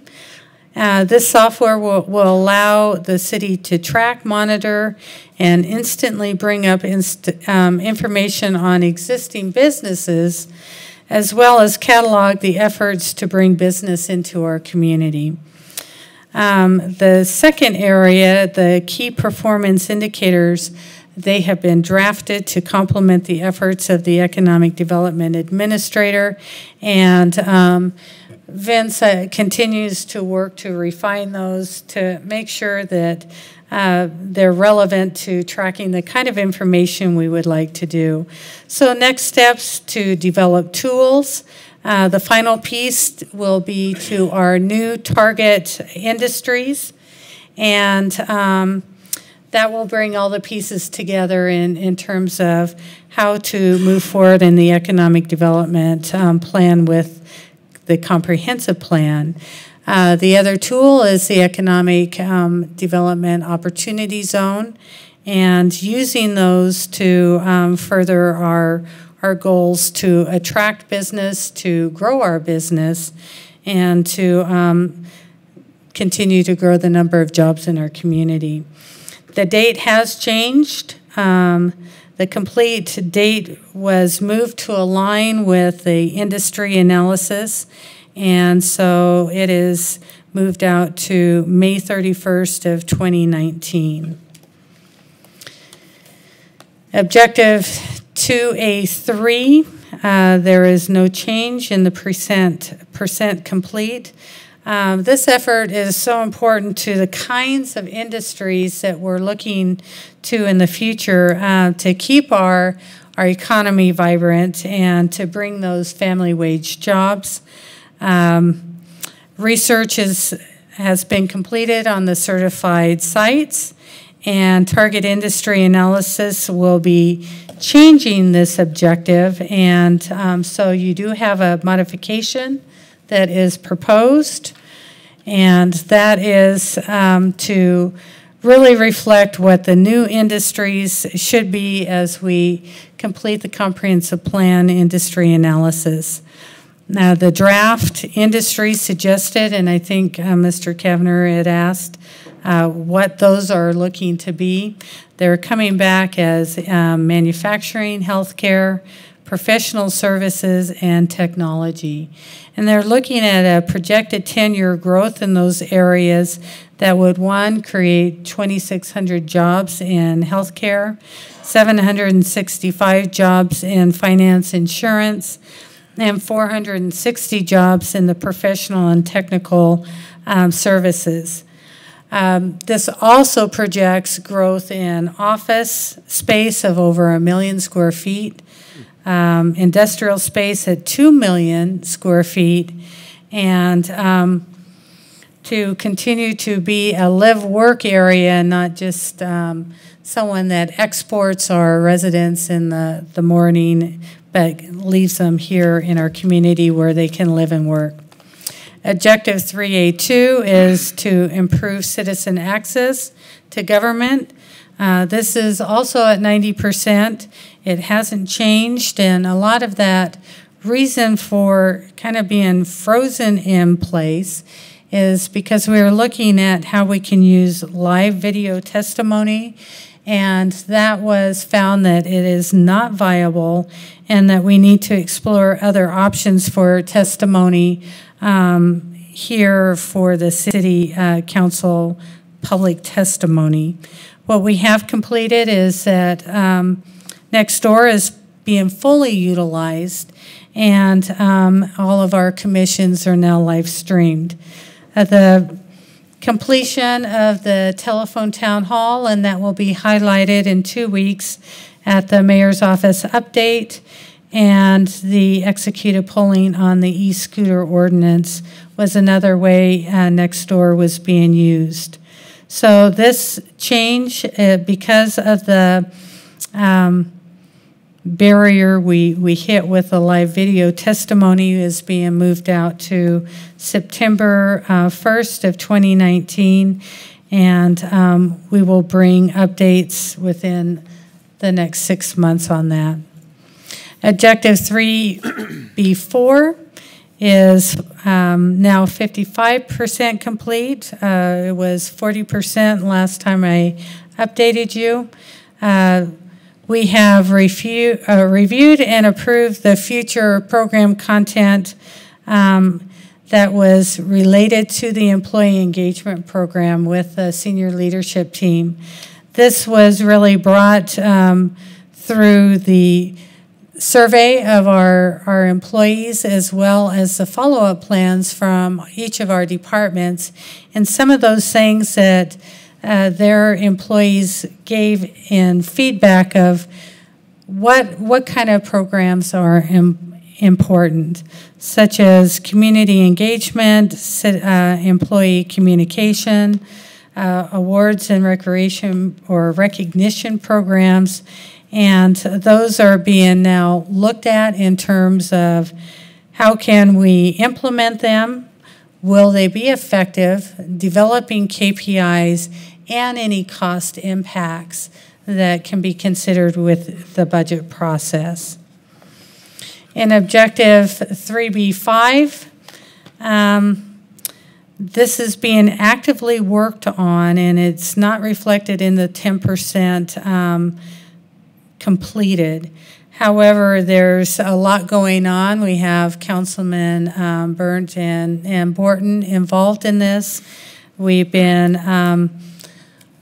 plowing through the documents in terms of what is the policy. The committee has affirmed to keep our pay for performance philosophy. They've reviewed the existing program, and we've also used input from our employee exit analysis that we do in every year, and that has helped inform it as well. So next steps are looking and considering new forms of compensation, what program impacts will be, and the committee will be developing recommendation and performance reviews are put in place to meet these outcomes. We are looking to change this to keep alignment with the committee assignment, and that will move it out to October of 2019. That is also noted in your spreadsheet. 3D1, this has moved from 10% complete to now 65 complete. We have evaluated the needs, the budgets, and the future opportunities for the current written objectives.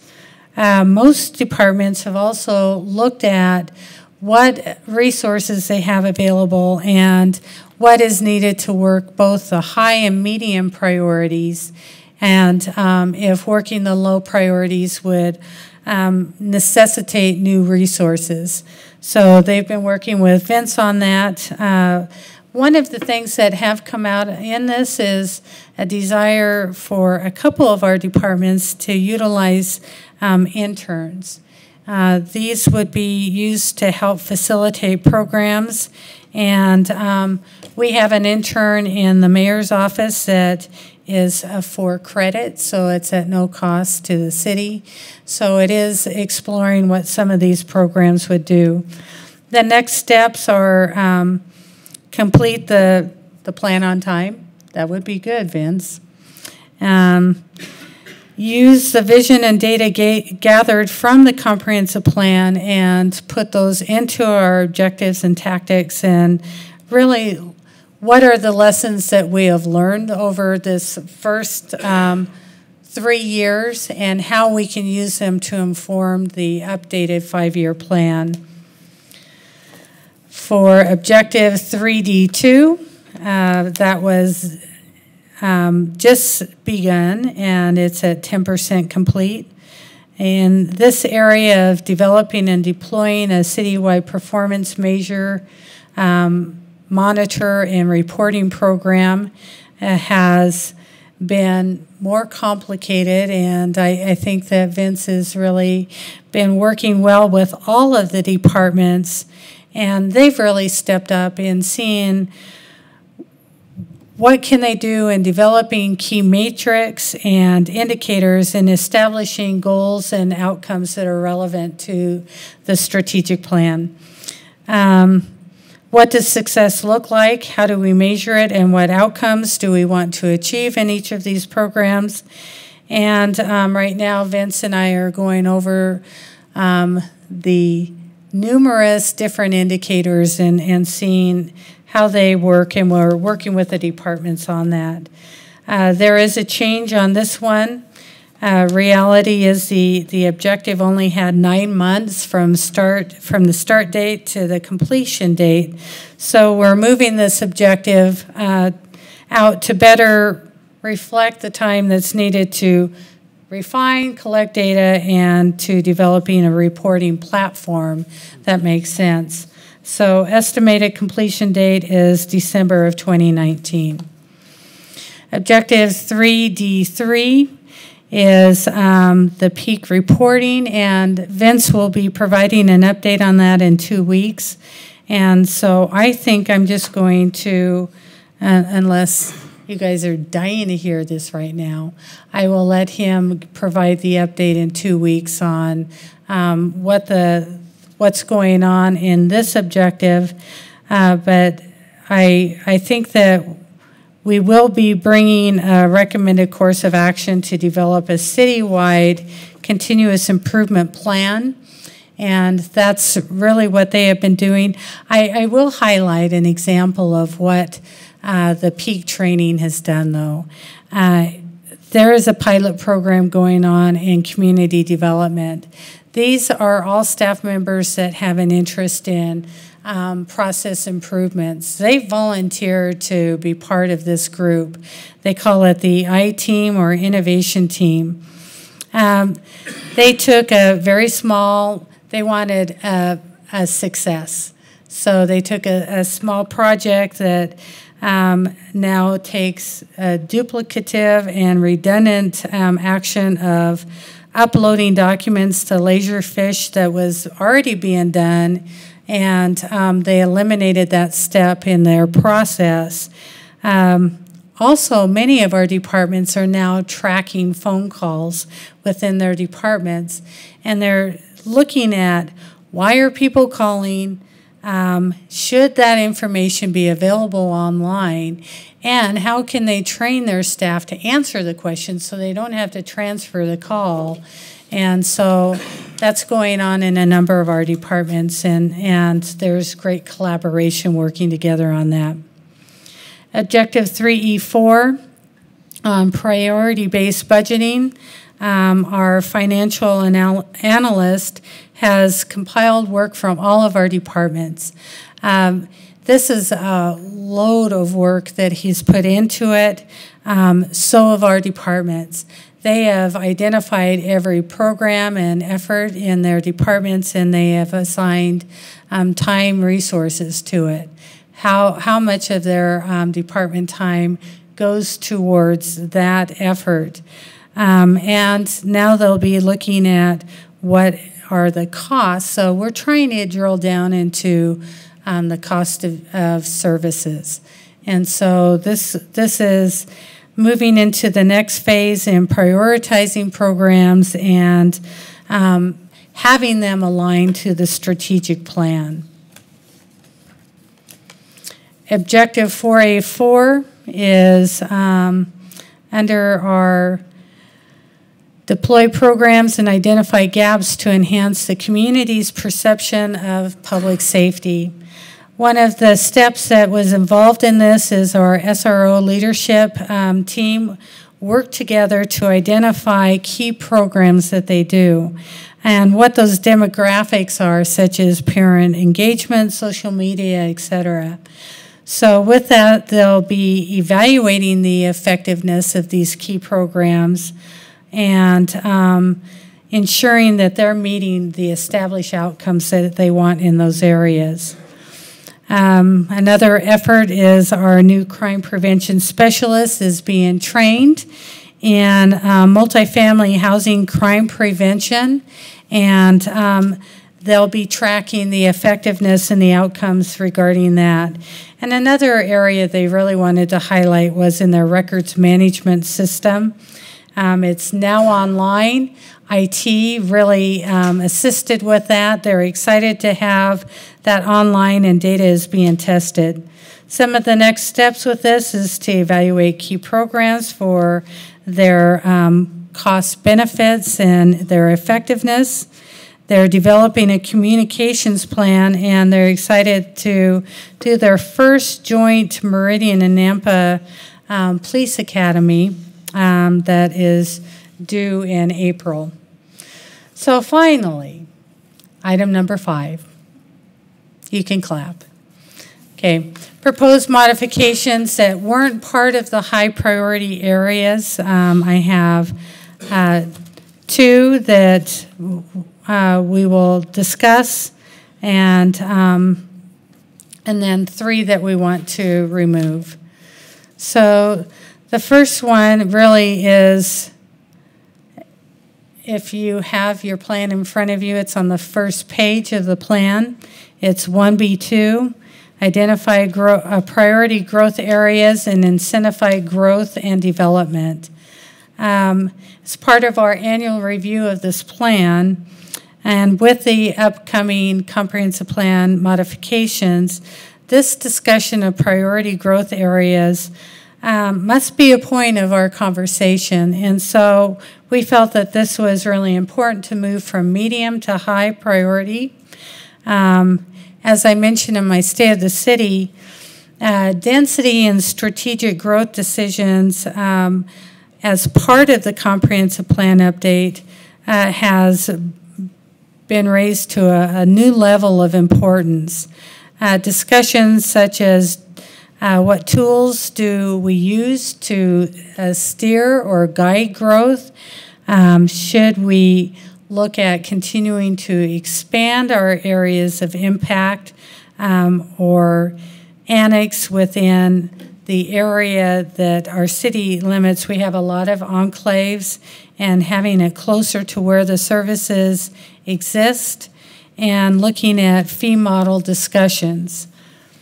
The second area is 1C3, and in reframing this objective, the original was written to a Pegasus report that is starting to evolve with the update of the comprehensive plan on defining the open space aspect. This reword is to reflect our 2017 citizen survey, as well as the comments that we have gotten in the comprehensive plan. That is to support preservation of our community's heritage and a commitment to open space. We need to know what is open space and to our residents, and how are we going to define that? Is there a community desire to identify areas to keep rural heritage, and what does that mean? And ag preservation, and what does that mean in a city area of impact and not in a county aspect? So this objective really should be modified to fit the comments that we are getting. And again, this is an evolution of this strategic plan from where it was when it was originally written to where it is now. Mr. Palmer. Madam Mayor, Mr. President, I mean, when we first had the presentation from the organization that came saying, hey, let's lock down property forever as farmland, and I started going, whoa, whoa, whoa, everybody stop, this is crazy. People were saying, you're crazy to worry about it. Now here we are moving this as to a high priority to look into possibly making this happen. Man. I don't think that anyone is suggesting that. It's what is it? We're getting these comments frequently, and in order to have a relevant conversation, you really have to know what is this conversation. You heard from one specific group. I don't think that that is what the feedback is that we're getting, but until we find out and put time and resources into figuring out what does this mean, your definition, my definition, their definition, probably all different. And that's why we want to move it as a higher priority is what is it? Because it's top of mind on people's concerns, and you have to be able to respond to it. And so it is just moving it to a higher priority so we can have the conversation. And we can provide it in the updates to all of you. Madam Mayor. Mr. Kavner. Maybe just a question. I'm sorry. Sorry. Sorry, Mr. President. My apologies. Mr. Kavner. Yeah. Yes. Thank you, Madam Mayor, Mr. President, Mr. Neri. I guess maybe a question for Mr. Palmer. Is your concern with the word preserved? I guess I could understand from a John or Jane Q citizen seeing that if I had some aversion to the city preserving land as opposed to the city working to acquire land, or either way, are you bent out of shape? I hear where you're coming from. I guess I apologize for the term bent out of shape. No. But I'm hearing your concern, and I'm just curious if your aversion to the change is because of the word preserved, or your aversion to the proposal is holistic in nature. Whoever's in charge. There's several reasons why it concerns me and bends me out of shape, even though I feel like I'm well-rounded, not just because of my eating habits, but jokes tonight. One concern I have is, I look at what Boise's doing. You drive through Salt Lake, you look at their, the lower portion of their mountains, and they're gorgeous because there's homes and landscaping, and they're amazing. You look at ours, and they're beautiful foothills for about 2 weeks while they're super green, and then they're muddy, brown, ugly mess the rest of the year. And I wish that we were building up those, because where we do have subdivisions, they're gorgeous and landscaped and green and help with fires, from my understanding, thanks to the landscaping and irrigation and whatnot that's happening there. But we have Boise spending tax dollars, given the citizens voted for it, to lock down foothill land so that it can't be built on in the future. As the left side of our political spectrum continues to move west into our city, I fear that if we go down this road, generally pretty much all we have is flat land, with the exception of our two rims. And So if we're going to be locking down anything, it's going to be some cornfields and whatnot. And I think that if somebody who owns the property wants to hold on to it and figure out some kind of contractual obligation to any future landowner that it can't be developed, go for it, because I am all about that property right. But I don't think it's the role of the city, even if the people were to say, hey, yeah, let's get everybody to chip in to lock down land, that it's not the role of government to even contemplate that idea. Whoever owns the property should be allowed to kind of decide what they're going to do with it going forward. My other concern with this moving up as a priority is within that same objective, we have still a tactic that mentions the Fields District and is actively being worked on. It's my recollection that we defunded any Fields activity. There's meetings taking place about implementing the Fields District plans and investigating opportunities around that. I feel like if we move this objective to a higher priority, that it could be kind of a workaround into still keeping that alive when this council has made clear it's dead. Madam Mayor. I'm not sure if I'm supposed to talk. Mr. President and council members, this is and if we need to put to cross out to be preserved, but it is an area that has to have further discussion. And our citizens, this is one of the #1 things that have come back with a comprehensive plan.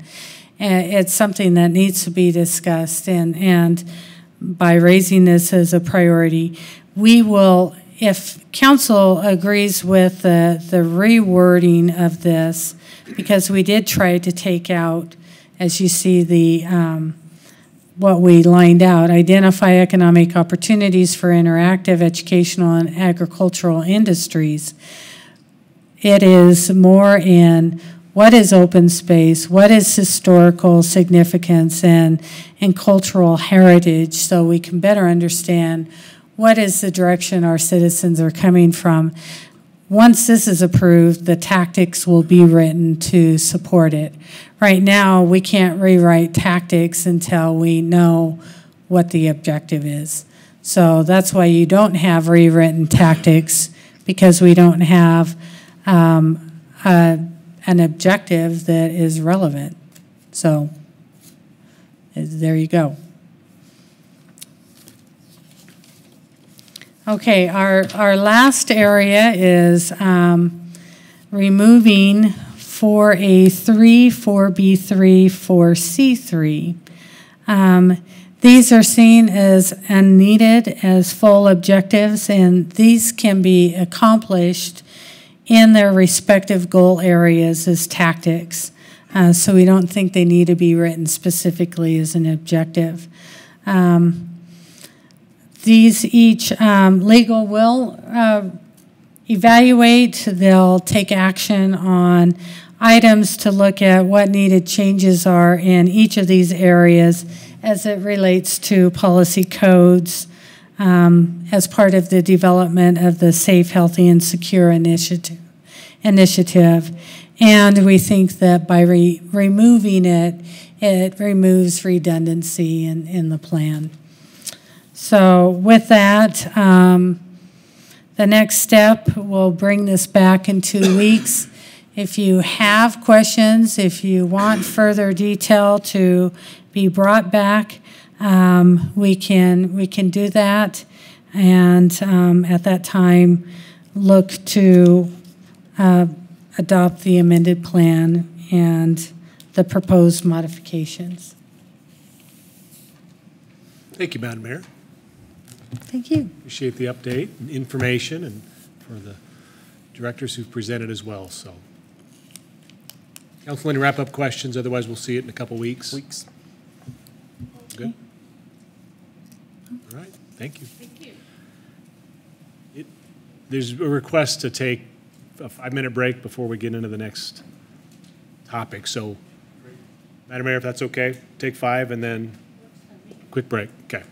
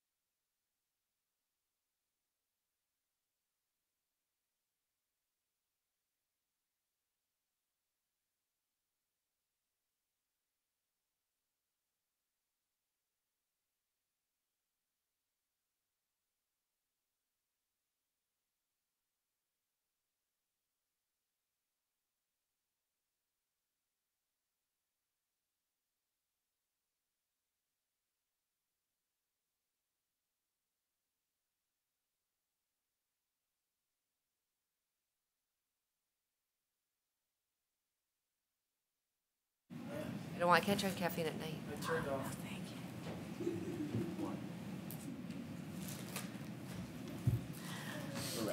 Thank you.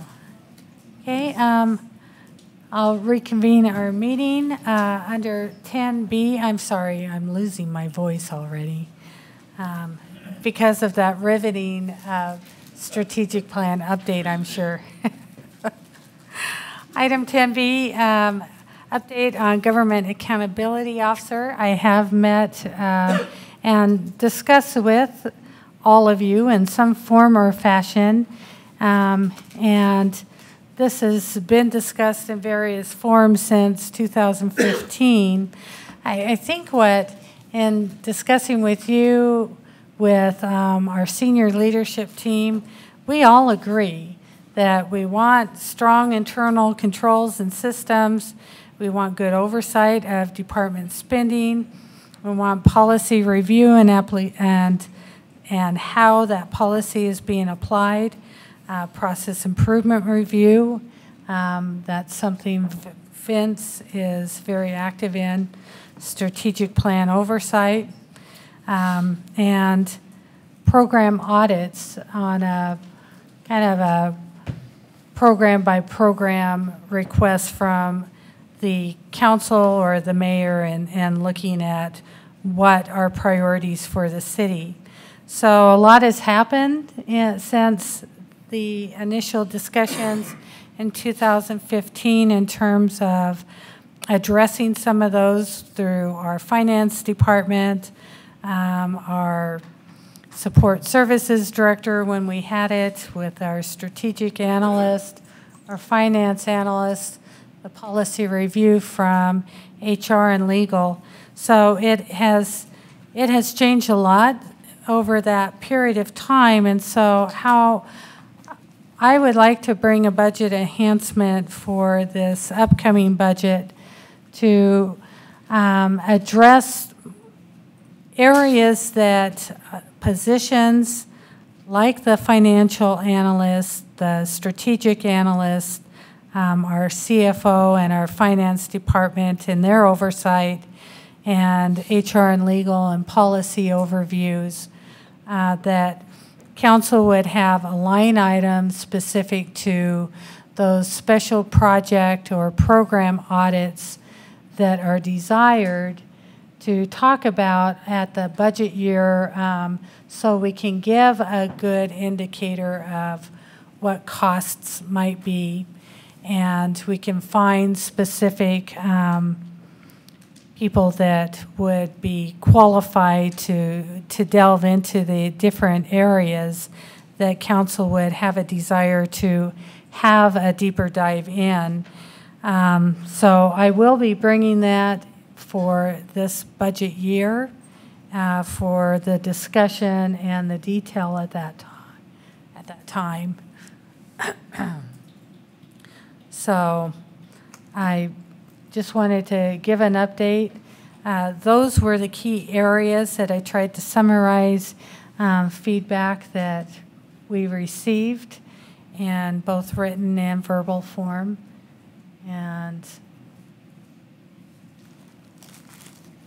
I wanted to bring an update. Well, anything? Okay. So I guess stay tuned. Madam Mayor. Mr. Kavner. Sorry, I guess I had maybe trouble following the bouncing ball. Can you maybe share this again, what it is that you're planning to bring? I heard at one point it sounded like maybe resources for staff, but then in another comment it sounded like multiple positions. And I guess what I'm hearing is what you're planning to bring is what you think addresses the concern or questions brought up by council for the Government Accountability Officer without creating the Government Accountability Officer. Is that accurate? And if so, maybe summarize for us what you're planning to bring so I have a better understanding. I just was very confused from all the words. I'm sorry. Okay. Well, in 2015, when the position was discussed and a position was defined, there were more statements in areas desired that would be focus of an individual or individuals.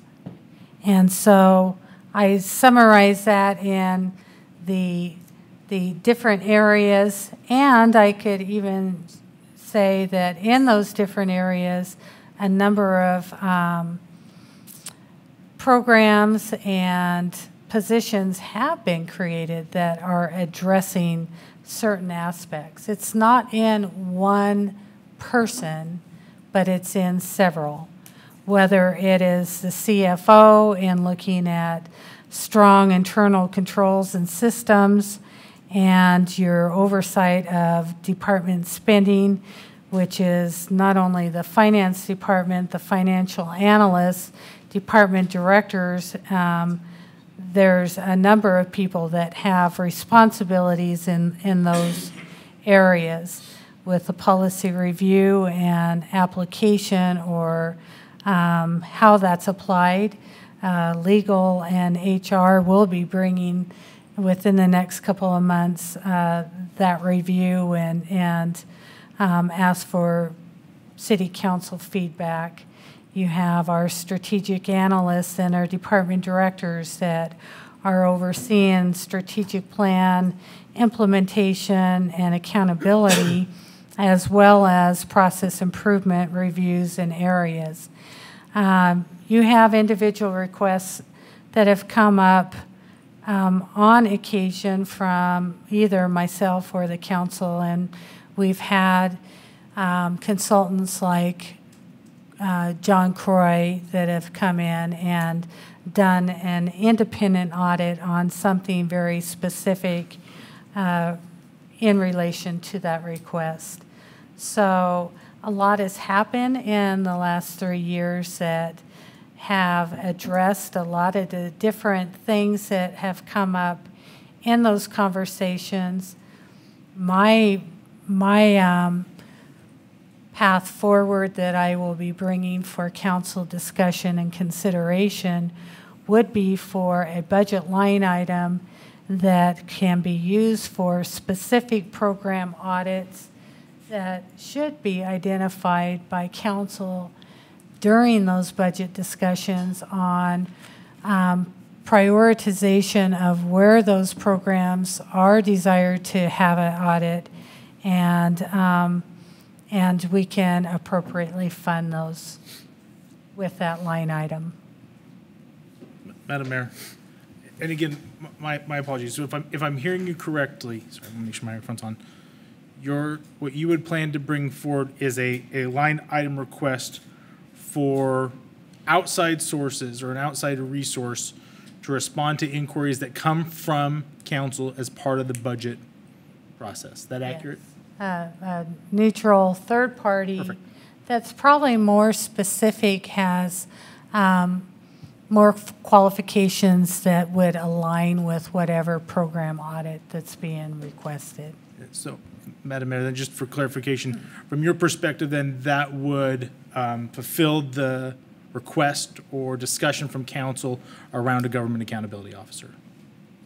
I think the duties that were contemplated have been parceled out to a couple of different positions that have been approved by council since the original conversation, and that those different aspects are within the responsibility of different people in the city organization.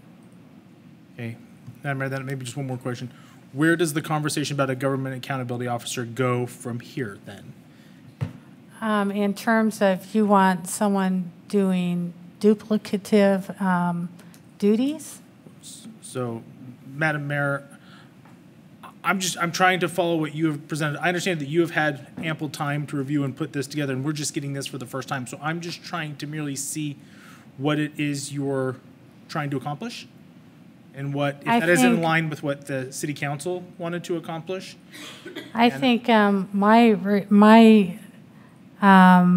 was to update on the government accountability officer position, and I was to take feedback from the council and areas that they would like to see focused on.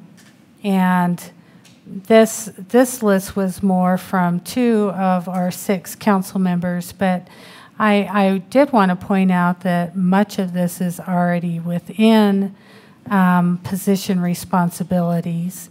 And for those audit requests that seem to be a higher interest in the majority of the feedback that I received, I think can be accomplished through a professional services line item that can go specifically to those program audits that council prioritizes during the budget and requests. Madam Mayor. Yes, Ms. Milam. I thought I understood this really well until you just explained it more. Me too. So, I guess the part that I'm confused about is do the specific, okay, so here's how I thought I understood it to be. Well, since we've discussed having this accountability officer, now we have Vincent and Brad who are doing a lot of the duties that this person would have done.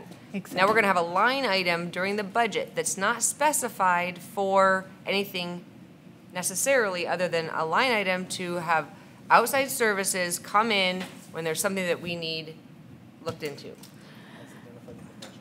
That's the part that does it.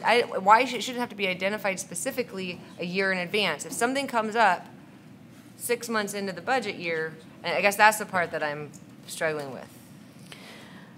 Can I interject? Yes. I think the disconnect is, as I understand it, what's happening is there's a funding line item available for outside resources as needed, the dollar figure to be determined, stay tuned. How then, once that's approved, how that money, if any of it, is utilized over the course of a year, is determined over the course of the year when and if a need arises. It's not, so I heard it the same way. I don't think it's decided how it would be spent as part of the approval process. And it'll be utilized as needed, as directed by the council, if and when the opportunity arises. That's the extent of what now is. That's the update. So when I hear you say stay tuned, it's stay tuned for what the dollar figure is, and then our discussion on if and when and how we want to fund it and ever use it. Yeah, because, and I think what we tried to show in the AIA contract review and audit is that a lot of that can be done in-house. If council wants a third party, someone that is not an employee to do the audit, then that would come from the line item budget. So you and Joe, or Councilman Borton, had it. Okay. Correct. Thank you. Amount to be determined during the budget, not where it's being spent necessarily, because maybe it won't be spent, right? Yeah. Okay, hopefully. All right, thank you. Madam Mayor? Mr. Burnt. So we, as we all know, we've been talking about this for a long time and discussing it. And I've had a little time to just, maybe ponder what I would think that this job would entail.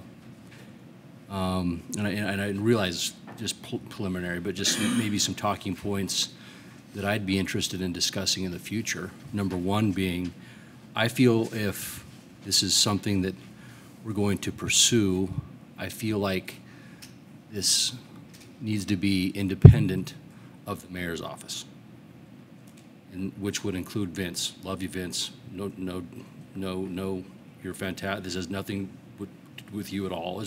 Or Brad, it has to be truly independent. And so I don't know what that is right now, but in order to have it be unbiased, I feel like it would just, bottom line, it needs to be separate from the mayor's office for it to be a true independent, whatever that may be. So that would be one of the things that I would want to discuss going forward. Well, and I think that's why my recommendation to bring back a budget request enhancement for external resources for those areas that you think you need someone not associated with the city to do an independent audit. And because some of them, you know, use the expertise from your finance team and your strategic analyst and efficiency, and we have what, 6 trained individuals in the process improvements that can do a lion's share, because I have yet to know what the problem we're trying to solve is yet. So, but that's what you would bring the budget enhancement for resources that would provide that third-party neutral view that would answer to the elected officials in reporting back on. So I'll bring that back as part of our budget discussions. Madam Mayor. Mr. Kavner. I guess a request when that comes back with as much detail as possible. I think it's good for council. You clearly have formulated kind of what you want this to be. I still am I'm struggling to try and see it through your eyes, and so as much detail as possible so council can have a clear vision of what you're hoping to accomplish via the amendment prior to us being asked to support it. Oh, absolutely. You'd have to support, I mean, this is a council discussion and approval process anyway, so.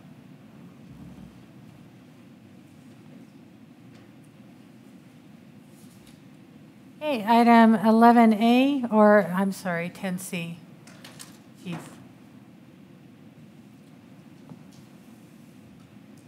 Madam Mayor, Council, what you have in front of you is a budget amendment for $15,000. We're asking for spending authority. It's a net zero to the city. It is a Office of Highway Safety grant that we received. We just received it, and we need that spending authority, so that's why you have the amendment in front of you.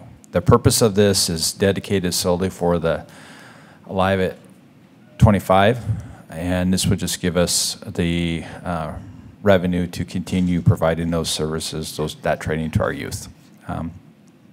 If you recall, Alive at 25 is a educational program for any youth under the age of 20 or 25 and under, because statistics have shown if we can keep them alive to the age of 25, their driving habits improve, their maturity levels improve, and they are less risk at dying in a traffic collision after that. So it's for a good cause, and this is merely the spending authority to continue that program.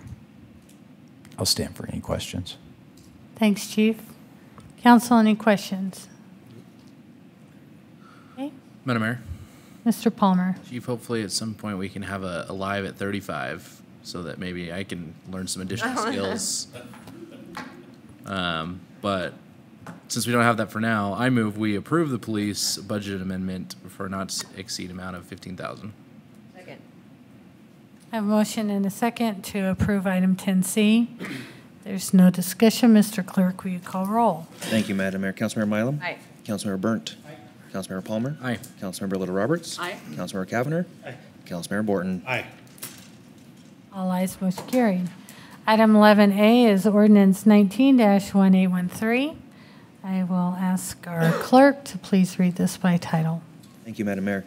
City of Meridian ordinance number 19-1813, and ordinance file H 2018-0112, Shelburne subdivision for annexation of a parcel of land located in the northwest quarter of the southeast quarter of Section 28, Township 3 North, Range 1 East, Boise, Meridian, Ada County, Idaho, as described in Attachment A, and annexing certain lands and territories situated in Ada County, Idaho, and adjacent and contiguous to the corporate limits of the City of Meridian as requested by the City of Meridian, establishing and determining the land use zoning classification of 35.09 acres of land from RUT to R4, low-density residential, 23.58 acres, and R8, medium-density residential, 11.52 acres, zoning districts in the Meridian City Code, providing that copies of this ordinance shall be filed with the Ada County Assessor, the Ada County Recorder, and the Idaho State Tax Commission as required by law, and providing for a summary of the ordinance and providing for a waiver of the reading rules and providing an effective date. Okay, you've heard this read by title. Is there anyone out there that wants to hear it read in its entirety? Seeing none. Council. Madam Mayor, Ms. Mylum. I move that we approve ordinance number H2018-0112, suspension of rules. Second. Have a motion and second to approve 11A. Mr. Clerk, will you call roll? Thank you, Madam Mayor. Councilmember Mylum? Aye. Councilmember Burnt? Aye. Councilmember Palmer? Aye. Councilmember Little Roberts? Aye. Councilmember Cavanagh? Aye. Councilmember Borton? Aye. All ayes, motion carried. Anything under item 12? Madam Mayor, Ms. Mylum. unleash dogs. Got it. Unleashed dogs. Unleashed. Dogs unleashed. There you go. Sounds like a movie. Yes. Sorry, Mr. Borton. I was anticipating you going to 13. No, I do want to remind you of the groundbreaking tomorrow at 11:30 for Fire Station number 6. We have our Police Recognition Awards tomorrow evening at 6:30 at Renaissance High School. And maybe you qualify for this, Mr. Palmer, but the Mayor's Senior Advisory Board has Keys to Safe Driving. That is Saturday, March 9th from 10 to 12 at the Public Safety Training Center. So you would be welcomed. Madam Mayor. Yes, Mr. I have to take Palmer. advantage of it as much as possible because I've realized tonight that I'm not always the youngest person in the room, though I am right now. Okay, with that, I would entertain a motion to adjourn into executive session. Madam Mayor, Mr. Borton. if we go into executive session pursuant to Idaho State Code 742061B. A motion and a second to adjourn into executive session. Mr. Clerk, will you call roll? Thank you, Madam Mayor. Councilmember Mylum? Aye. Councilmember Burnt? Aye. Councilmember Palmer? Councilmember Little Roberts? Aye. Councilmember Cavanagh? Aye. Councilmember Borton? Aye.